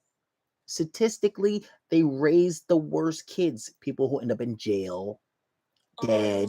That's what he means. But that's what I'm telling you what he means. He doesn't mean that the kid is in his life. That's not the same. There's elements of that family dynamic that child will be missing. That's what he's trying to tell you. He's not trying to say that, oh, the dad's not in his life at all. There are consequences or repercussions from having a family unit. That's what he's trying to say. Okay, all right. So I'm gonna give you guys a few things, right? There are fathers that are in a household that are not present. Before you give us the few things, can you acknowledge the importance of a man living in the house with his daughter and wife? I don't think that he has to live in the home. Oh my God! If he's able to see her every day, and we're all able to go out wherever this and that, Ma'am, do you know how selfish that is? It's really not selfish. She just doesn't even understand. You are denying Holy shit. your daughter access to having a male role model. So she has the male role model. Her father. So she does not repeat what you have done, which is have a child outside of marriage. Mm-hmm. Yeah, it's very important to have that dynamic still. Like, please understand that. Yeah. This is no longer about you.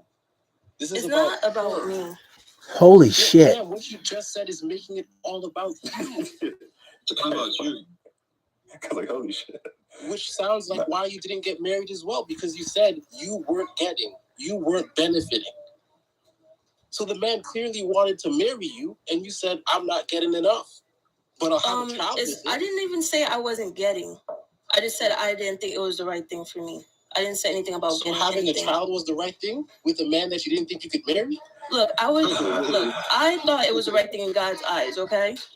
All right, stop. Wait, stop. Let me speak. Let me ask you a question. You said you thought it was the right thing in God's eyes for you not to get married. Tell me how you justified saying that. He was talking about having a child. That's what I'm saying. But you said in God's eyes. Okay. So are you talking from a religious perspective? Because if that was the case, you should be married and not having kids outside of marriage. That's what I was saying. Everybody sins, but I did not want to take God's gift away. You know what I'm saying? But all right. So don't you think that if you're talking from a religious perspective, and I can even understand if you say, I don't understand what you said, but I can understand if you say you didn't want to take the life of a child as far as abortion goes. Okay, cool. But not having a marriage, not being with the person when you could have been. If a person's not a good person, do you think that you should marry them? So tell me why you walked away from it. I don't want to go online. So yeah, so why'd you sleep with him? Why'd you sleep with him? He was a bad person. I didn't know he was a bad person when I first slept with him. I didn't know him that well. But you didn't know him and you slept with him, and it's fine. Can I ask a question? Was it like you leaving him? Was it something like extreme where we could all be like, okay, we know why you left him, or was it like more so like you didn't like him, he pissed you off? No, it was a whole bunch of stuff. I stayed through a lot of stuff, but after a while, it's just like your mental cannot take a lot of things, It's not I'm selfish and I don't want my child to have a family or anything. It's just that some stuff you cannot put up with, or you should not put up with, No, man. Why you? No. Did this man want to marry you, Tara? Yes, but all people that want to be married shouldn't be. So he wanted to marry you, and you found him good enough to be with. Good enough to have a child with. And to have a child with, but you didn't marry him. A man that wanted to marry you, who Bro. you claimed is still in his child's life. So he sounds like a good guy. Yeah. A good guy to his child. Okay, so look, this is the question. Can you answer, what was it exactly that you left for? Is there a specific underlying reason that you can disclose? I've been with him. I was with him for 3 years. Okay, it was a lot of things. All right, I don't not want to put my business. Yeah, I didn't want to get personal. Okay, but it's like it's not nothing. Oh, silly. Oh, he cheated or something like that. No, it's real stuff. Okay? I get that. But so this, I'm just letting you know how it sounds. So basically, you left him in. We have no specific reason, but you left him in because he wasn't a good person. But he was good enough for you to stay with for 3 years, good enough for you to have a kid with, but you left and he was trying to make an honest woman out of you. And you're a God-fearing person, but you left for that reason. Do you understand that does not sound great? And for you to walk away from a situation like that where somebody's willing to make an honest woman out of you and he has a kid with you and trying to do the right thing, but you felt as if it was not beneficial for you, it sounds very selfish. And I think that's the point that Cyrus was trying to make. I was also looking out for my child too, because it's not good for a child to see a bad dynamic. If we're together, it's not well. If we're not together, then. But you literally just said that they still have both of you in their life. They still see you. They still see you guys together. We're not together. We're better that. I'm gonna make an assumption. Right? And I could be totally wrong, but I'm thinking you guys could have worked this out by just talking it out. But I could be wrong. Something could have happened. But I'm just saying, from what I'm getting from you, I think you guys could have worked it out by just talking it out and just being more patient. You know what? I don't think this man was abusive. I believe the man had some requirements and standards, and you as a woman, a modern woman, didn't want to follow with his standards, and you saw it as this guy's treating me poorly. Because here's the thing: a lot of you women, I said assume. A lot of women call a man with standards who has the requirements for his relationships abusive, toxic. He wants to control me. No. The man has requirements for the woman he's going to enter in his life, who he's going to take care of. Ladies, who he's going to die for. Because that's what we sign up for when we commit to a woman. We will die for you. But look, he was physically and verbally abusive. Was this shared combat? Were you throwing things at him too? No, I'm shooting myself. Yo, don't even. Wait, no. Stop. One person at a time. Let them talk. Let them talk. Let them talk. Let Cyrus and Leona talk. Now, answer that question again. I didn't hear it because you got cut off. Say that again. Said, no, I was shooting myself. I know better than to fight a man that's not an even fight at all. Okay. Were you attacking him verbally? Because that's violence for women. Yeah, indeed. Were you yelling at him? Calling him aggressive? Bringing up things that are hurtful to him? No. Aggressive. So he was just an abusive man and you stayed for 3 years? He wasn't abusive the whole time. Stuff led up to that, How did it start? I'm very curious. How did it start, huh? What? Before he was not abusive and then he became abusive. What happened? Yes. Why? What changed from him to going from a good man to an abusive one? Well, it's that he wasn't. It's not that he wasn't a good man or was a good man. It's that I had a picture of him in my head. You feel me? That wasn't what it was. I was imagining something else. Okay, that's usually how it works.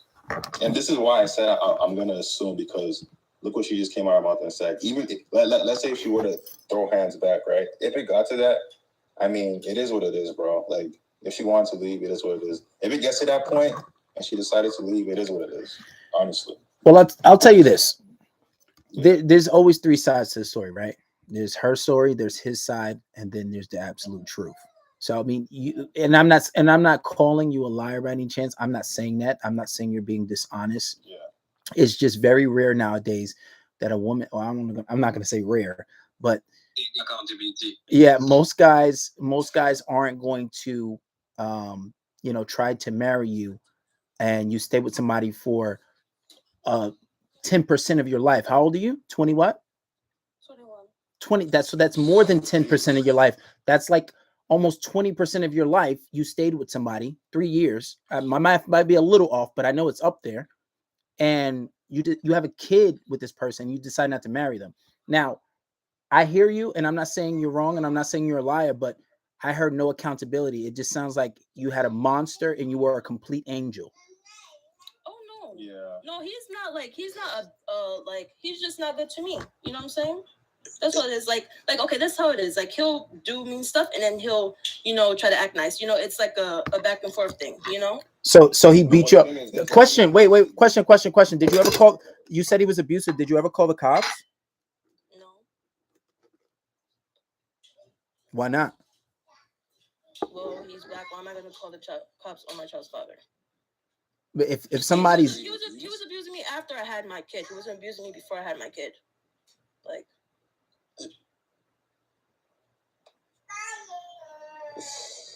so he was beating you. So he was hitting you, but you never called the cops on him. No. And and you said what? Like I threatened to, and he'll be like, "Go ahead, call them." But I'm like, "Bro, I'm not gonna call the cops now." But why? I'm not gonna lie. It's probably a mental illness on my part. You feel me? I'm not that bright, okay? But, I did not do it. But Leon, why did he raise hands on you? It takes a lot of courage to make a man raise his hands on you. Like, he doesn't raise his hands on you for nothing. What was the reason? I'm very, very curious. How can him? What did you do? What happened for him to like raise hands on you? How do you provoke him? How do you provoke that?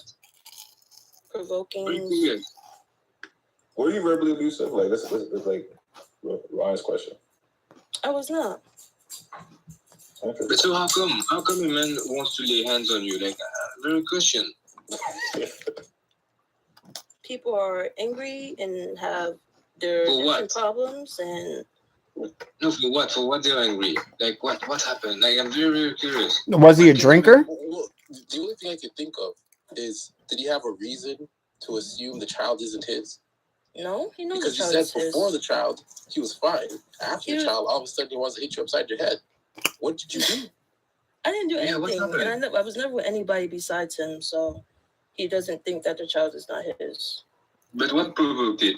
You still didn't reply to me. What provoked his violence? Because a man would not go and hit people for nothing. He just came back home happy. So you... Okay, wait. Let me add this because that is bad on my part. He did have a history of hitting people, okay? And I just didn't think it would be me, okay? For no reason? Hit people for no reason? Do you know any... That's what I'm asking. What's the reason? I'm very curious. Like, imagine a man coming from work, he's happy, he has a good drive, he's fun, he's seeing a woman, he just starts and hits her like that? Listen, nobody's saying that if that happened to you, it's okay. It's not okay.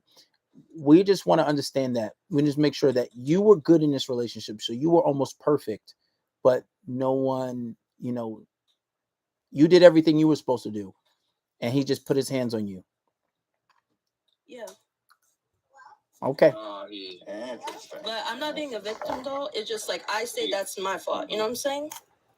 But you just said it. You said you were perfect. You said it was. You said, but you didn't do anything though.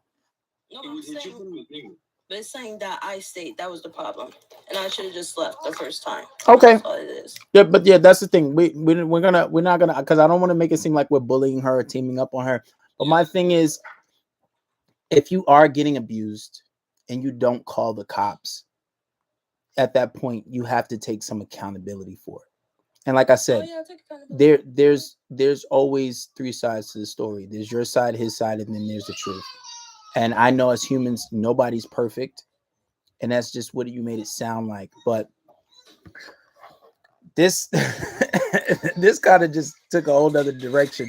The whole point of this live was talking about submissive women, and what does that look like if you have a man that even cheats, and oh, do you accept him, or do you accept him back, or do you not accept him? But I think that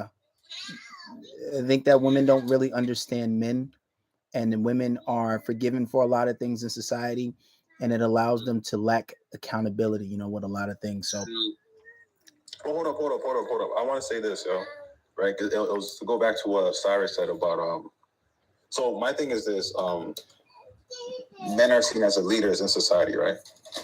Right? We all know that. correct. Correct. Okay.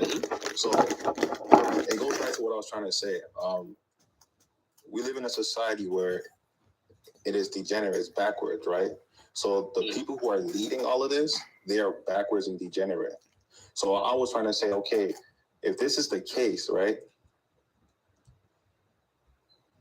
I'm more so trying to make the point that I think both men and women should really take like extreme accountability, because usually when I come on TikTok, there's usually one person talking about one side and the other person talking about one side. But if you just look at what is going on in society as a whole, it's really on both sides. You know what I'm trying to say? Even with what she said, she's like, oh, I don't know your situation, right? But it seemed very one-sided. You know what I'm saying? And it's a very occurring pattern. So my thing is this: if men are the leader and men are moving backwards, how do you expect the women to be who they are if we're the leaders? Right? You know what I'm trying to say? If we're the leaders and we're moving in a backwards way of living, how are we going to expect women to be submissive if we are the one leading this whole shit? You mean that men don't deserve the respect, right? They're being like weak, etc. If you think like, yo, and look, you know what? I'm going to go even farther. Even with like black men, right? Let's talk about black men and black women. If you not too long ago, 50 years ago, you had Jim Crow, right? This guy was feeding black babies to alligators. You had black society being dominated by another race of people, which was white people, right? It's kind of hard for a woman to respect that. Because this. Hold up. During Jim Crow, we were the most married group. So women were respecting their men left, right, and center. Fair enough. But like I said, if you see, hold on, brother, you're not taking it in. Yeah. Think about that with what you just said. During that time, black men and women were the most married. During all of that racism and abuse and maliciousness. Then listen to what you just said. But I'm saying this translates even further, right? But like, wait, time out. You kind of trying to say this. No, because I'm really trying to show. But you're contradicting yourself, though. No. Just okay. Look, just because they're the most married, right? It doesn't mean progression. Hey, see, look. Let me finish, bro. Let me finish. Just because that is a good trait. Okay, marriage is a family dynamic, right? But if all of this stuff is going on, it doesn't necessarily mean they're actually progressing as a society. It just means that they're being married. But the oh my God, listen. I'm just trying to say this. If men are the leaders in society, right? But we know men to be very degenerate. Like you said, there's only 1% of men who are actually doing what they're supposed to do. Yeah. How can we be respected? All right, but look. All right, look. One thing you just to Cyrus's point he's made during Jim Crow that black people were more married than ever. But you also said that if we were being dominated by a completely different race, and these people have the power to interject narratives into society, who's controlling the narrative? And then at some point, who are following these people? Okay. Do you understand what you just said? You're saying that we are the leaders, but who's actually leading? You understand what I'm saying? Men, right? Oh my God. Do I make sense? You just said that we're being dominated by another race of people. Hold on. Let me take that. I don't want to confuse it. Let me just remove that, right? All I'm saying is this. Yo, relax, bro. All I'm saying is this. Don't tell me to relax. Don't tell me what to do. You on my shit. Like, come on. My bad. All I'm right, cool. Well, all I'm trying to say is this, right? We all acknowledge that, okay, society looks at men as leaders, right? And if we live in a society, right, that has broken down the masculine man, right? One, most men are not going to know what a man is. And two, how do you expect a woman to move in coherence with what we want to teach them if we're not even practicing what we preach? Yeah. You know what I'm trying to say? We are leading this whole thing. And we're like, oh, we want you to be submissive. We want you to do this. But we're trash, bro. Right? What you say? But the guys are losers. They want women to respect them, to be submissive, but they are losers. They are weak men, right? Exactly. Yeah. And let's not act like, oh, we look up to good figures like you know what? Let's not act like we do that. Most people. Right? Okay. All right. Wait. Time out. Okay. Cool. You're generalizing now. Now specify. Give us examples.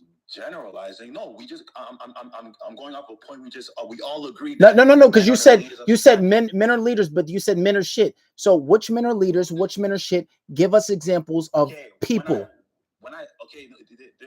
This is just common sense. If you go based on society, the way society is run, right, product of your environment, right, we can all agree that men are not at the state of mind that they should be. Can we all agree with that? It's common sense. But yeah, it's common. All you gotta do is look at society, look at what's being pushed in the music, look at the advertisement, and you just know what's gonna happen. Right. So if we're like I said, I'm gonna say it again. If we're expecting women to be this great woman, submissive woman, listen to me, don't talk. But most men aren't even leaders in their own right. It's kind of funny. It's really funny stuff. Like it's a joke. That's all I'm gonna say. Stop. Now, but I get what he's trying to say, but that conversation derived from women replicating men. Nobody's saying anything about a conspiracy. What I'm saying was the whole point. Listen, we're not mentioning the comments. We focus on everybody that's on the panel here. You said that women are not replicating men. That's where that derived from. Now, if you can say there are a group of men who want women to be submissive, but they're not playing their role of leader, that's something different. But then you start to say because of society, they're not replicating men. That's where that derived from. When you talk about women being independent and being in their masculine frame and them trying to be like men, that's where that derived from. And we're saying that they are. Yeah, there are a certain group of men that are not doing what they're supposed to do. But when women start acting like men and saying that they're equal to men, and when they say equal, they say they're the same. And I think that you're agreeing with that sentiment too, but that's not the case. Right? No, because we're talking about like accountability and how people should act, right? And I'm trying to put this out. I'm trying to put this out there, right? At the end, if we're all saying that, okay, men are the leaders, right? Not even just women are replicating men, right? If men are the leaders of society, right, and we all know that society has groomed men not even to be men, how do you expect a woman to be a woman? She's gonna follow a man.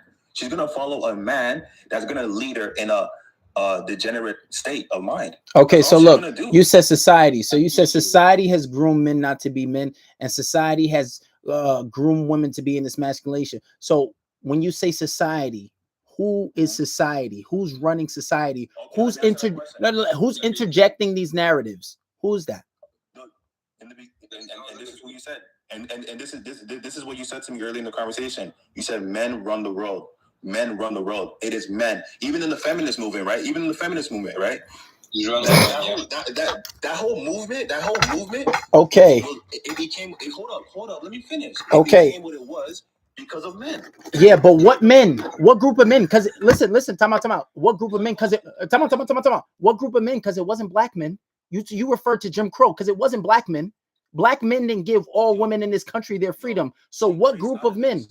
No, you can't. You can't mention Jim Crow and say that, women need to do this. And even if you do take race out of it, you're still pointing to a small specific people because the movers and shakers of this society are a small group of people. That's where you're pointing towards. You can't just say generalize all men. You're not being leaders. Men are not doing what they're supposed to do. And that's why women are in this masculine frame. No. This happens when women are given these freedoms and then they're told that you're the same as men. Not saying that we're not equal, but we're different. That's not accountability. No, you're not. See, right there. You're not taking accountability for men. What? But you're talking about a narrative that's interjected into society. Now I'm asking you, who put it there? I'm not just talking about narratives, right? I am talking about a collective state of mind. I'm not just talking about narratives. I'm talking about a mass population of men moving a certain way. And guess what? They're reinforcing a certain type of behavior. That's what I'm talking about. That's not mass population. Masses of men aren't saying, yeah, woman, I want you to not be submissive. I want you to be masculine. That's not a mass group. It's never been a mass group of men that make laws. It's never been a mass group of men that interject narratives in society. It's always a small group. Even if you take race out of it, it's still going to refer back to that small group. Yeah, exactly. Indeed. So I don't understand, how are you saying you're trying to blame all men for how women are behaving? The only time things are justifiable is when the people in power at B do that. That's literally what you said. No, I'm not blaming all men. I'm trying to show you that. Oh my God. I'm done. I'm not blaming all men. I'm basically trying to say there should be accountability on both sides. And I made a great point. I even talked about her story. I said she was kind of one-sided, but I don't know her story.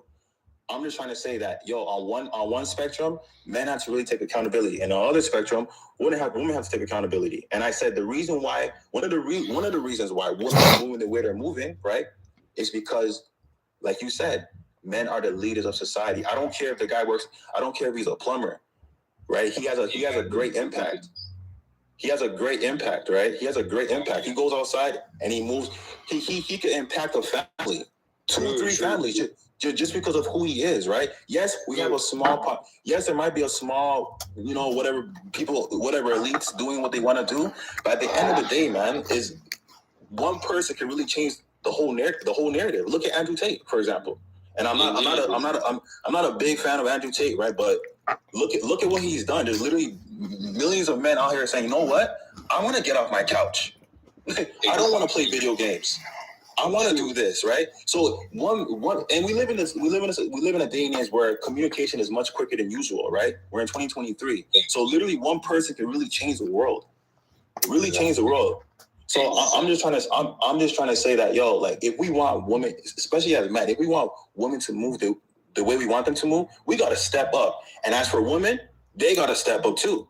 It's happening on both sides. But when I come on TikTok, it's usually it's woman this, woman that, and men this, men that. It's always one-sided, and we got to learn how to talk on both spectrums. That's it, man. That's what I'm saying, man. Here's something that we need to recognize, right? Yes, as men, we set the structure for society. No problem. We're meant to lead. No problem. Now, let me ask you this. Yeah. If it is that we have so many men that have lost their way, right, and are making poor decisions, and we have the women who are following these men, and the women have been very vocal that the men ain't shit, and the men are messing up, why are these women still following what they see as wrong? Because I mean, there's many factors, right? You can say they're following what's wrong because they never been in a family structure. No, there's so many factors. You can't say because they haven't been in a family structure. They've already acknowledged publicly that these men are doing bad. They're messing up. Mm-hmm. So they already know wrong from right. So why are they still doing wrong? Well, you bad habits. You know what I'm saying? Lack of accountability, lack of awareness, so on and so forth. It's just like if a person is fat, they know they're fat, they know it's not doing well for them, but why are they still fat? It's just habit. You know what I'm saying? What they've been programmed. The person who's fat, do they get to blame the food provider? No, they take accountability for themselves, right? But this is on a different spectrum, though. Like, if you want to get some, this is what this conversation is about. We have good men trying to get women to accept that they have responsibility. It's not a matter of men not taking accountability. Men get held accountable all the time. What we're trying to do is get the women who've lost it, which is the far majority in the West, to look in the mirror and accept they don't know what they're doing. So but definitely, and that's totally fine. But we could really say that for men too, and that's the thing. I had to really overstand. I'm just like, holy shit! Like, yeah, men are good at taking accountability, but there's still men out here sitting on the couch playing video games. Hold on. You can't say in the same sentence, men are good at taking accountability, but then turn around and go, well, the men are still playing video games. Okay, no what? In terms of in terms of like being critiqued, how about that? In terms of hearing the harshness, men are a lot more stable. A woman is gonna be more emotional and be like, right? No way, bro.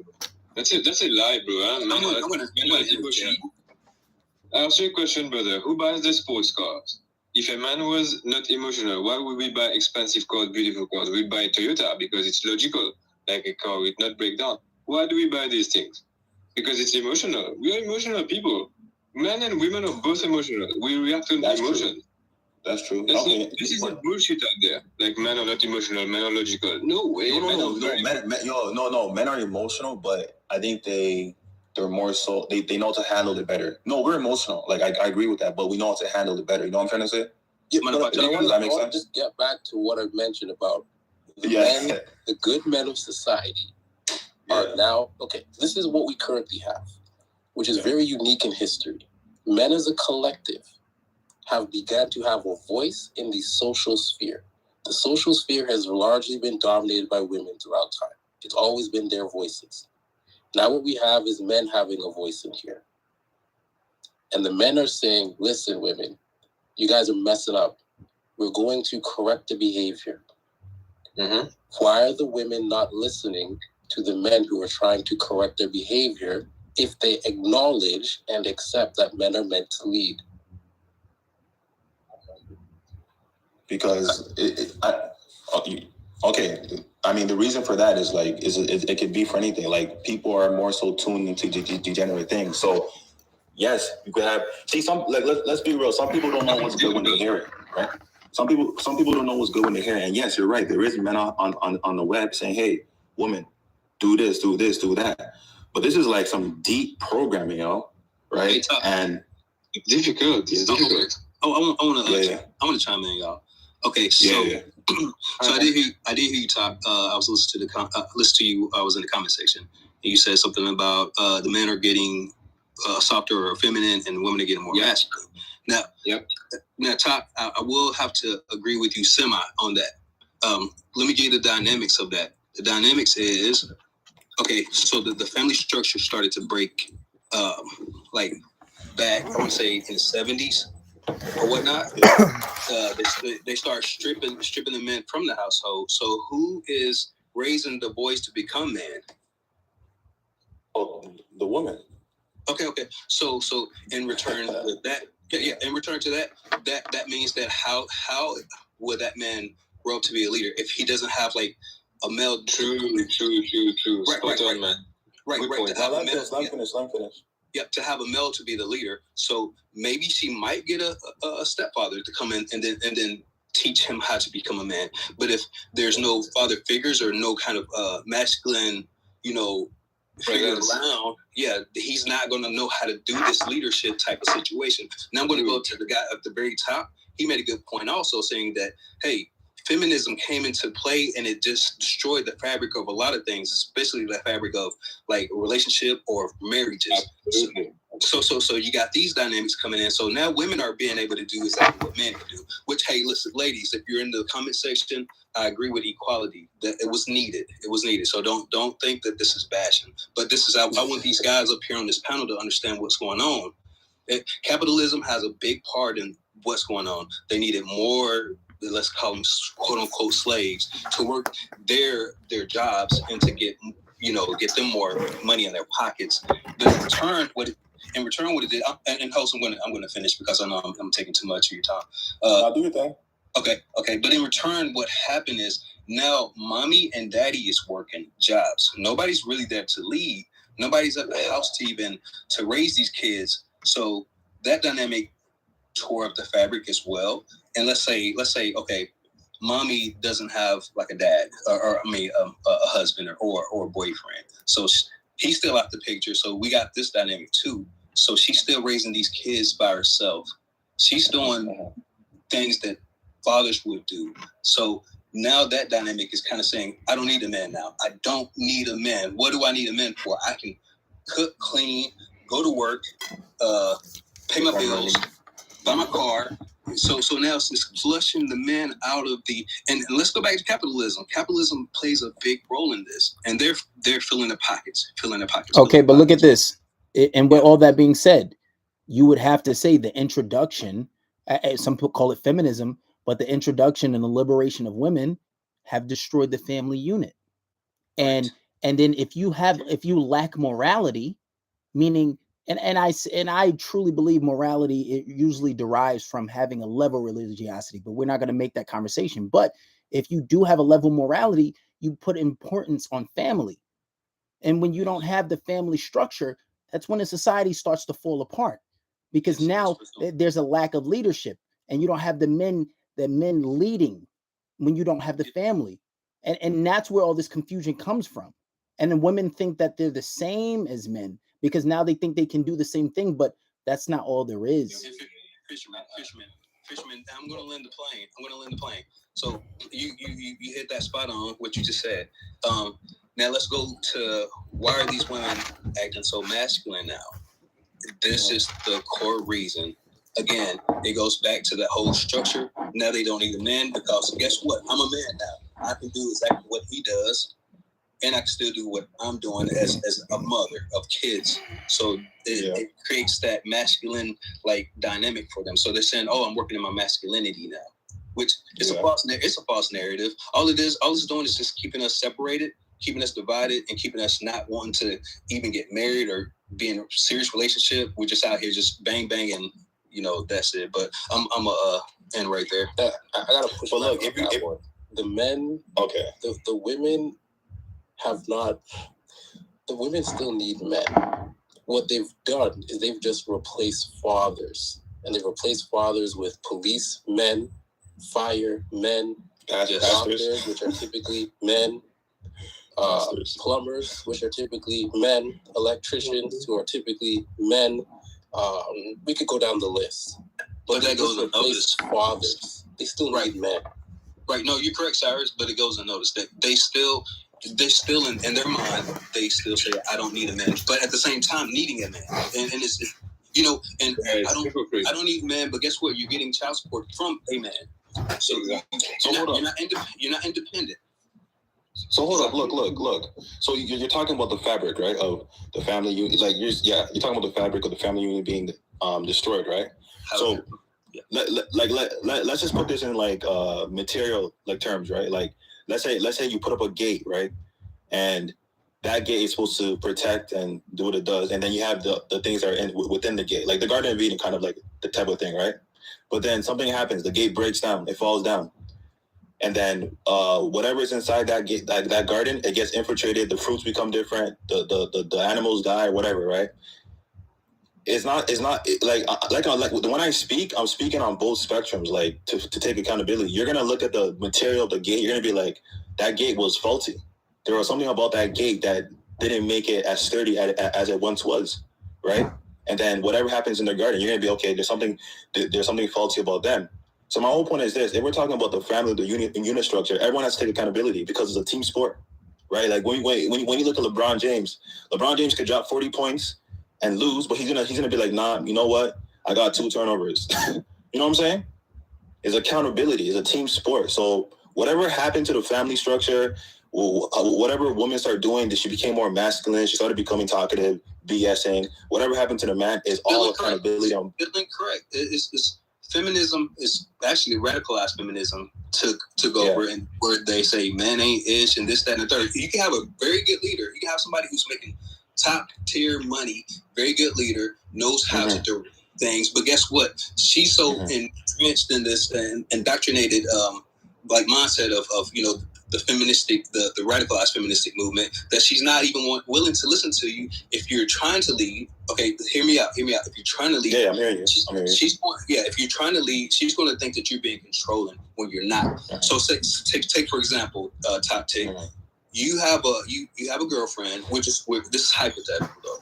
You have a girlfriend. You're a great leader. Your job is to lead her to that water, not to control her to drink it. Once you get to that water, you tell her, okay, hey, we're here. And you let her through the obstacles. During the course that you was trying to do that, she could be like, oh, he's trying to be controlling. But you're really not. All you're trying to do is lead. But some of these women think that you're trying to control them, so they're not even willing to allow men to lead. A lot of them aren't willing to allow men to lead anymore because they're considering leadership as being controlling or abuse of authority. But you know what happens? You know what happens? But you know what happens, though? Hold up, you know what happens?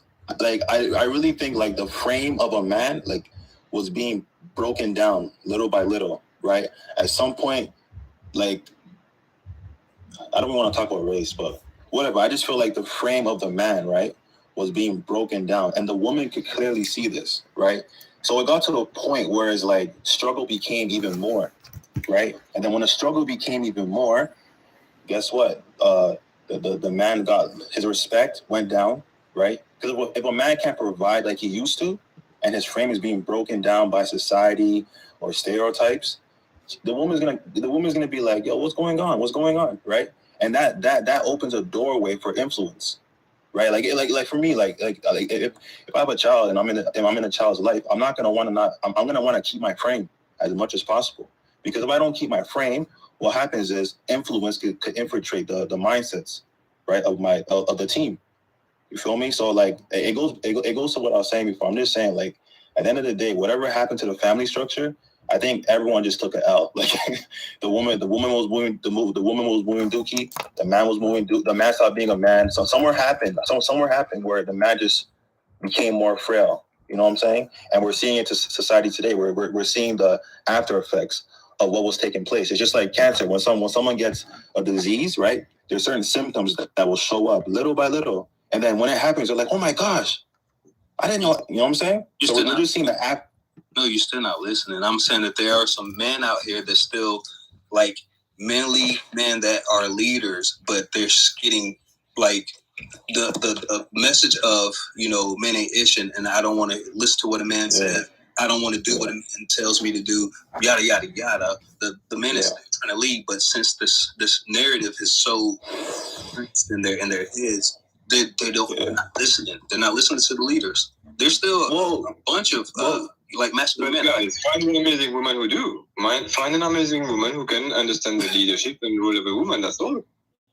Diamonds are not everywhere. You can find rocks everywhere, like low value women everywhere, but go find a high quality woman. Simple.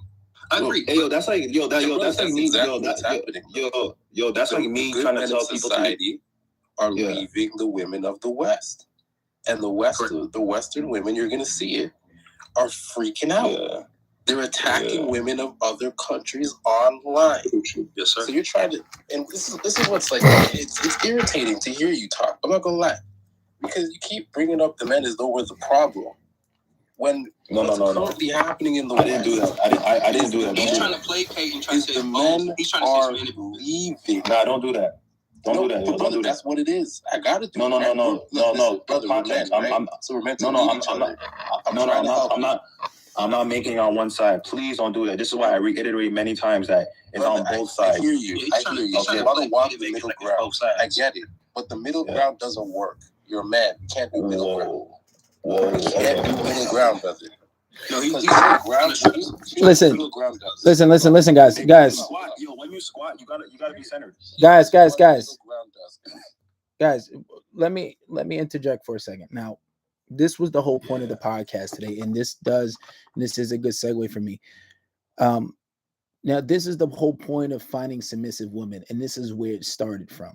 Now, I personally, right? I don't see there's anything wrong with men going outside the country to find women that are more submissive without having been told to, without having without having it to bring it out of them. But I've also dealt with submissive women without dealing with, leaving the country, right? Or I interact with those women. And my point is to say that there are submissive women that are here. And I think that the standards are unrealistically high. And this is the point of having understanding what having game is. And when I say having game, I don't mean playing games, right? I mean understanding how to interact with women in a way where they want you, right? Setting standards and having respect. Because let's be realistic. I mean, you can go out, but the women that are in front of you, the women that are immediate for you, you can have these women, but you have to be a little balanced. But what does that take? That takes, obviously, you got to be on your purpose. These things are studies. There's been studies that women more attracted to guys on their purpose. You should always be on your purpose. And we can agree that society has folded a bit. Society is not where it's supposed to be. But that's where you have men like the men on this panel that are telling you you have to do your thing. Now, if you feel as if you want to go to another country, there's nothing wrong with that. But I'm telling you, if you interact with a certain woman in a certain type of way, if you have enough game, and if we're talking about women and we understand that a lot of women are unruly and they act in a certain manner and there's certain standards that you should have, because you don't necessarily always need to be rich to have a lot of women. So my point is, fellas, you can have submissive women. Now, whether you want to go outside the country for that, or you can get them here too.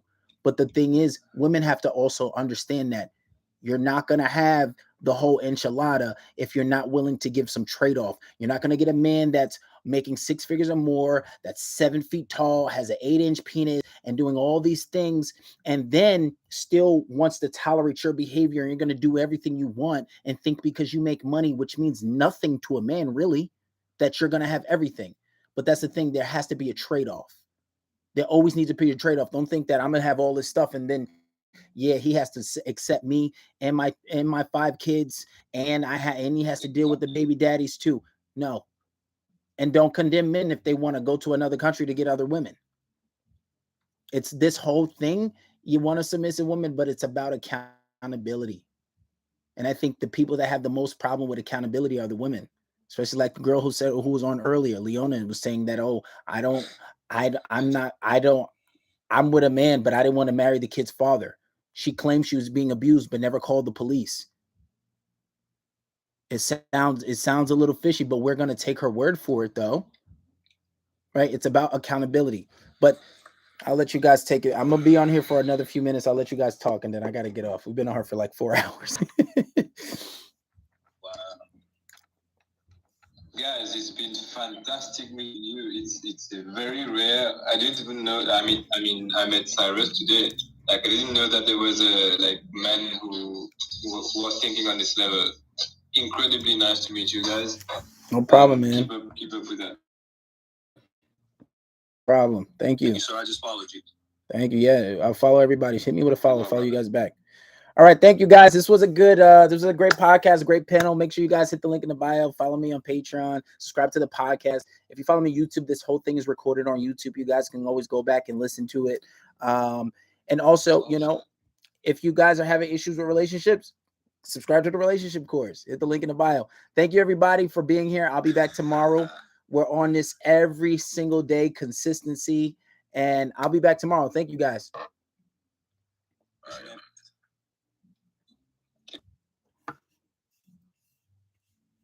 That was a good one. That was good.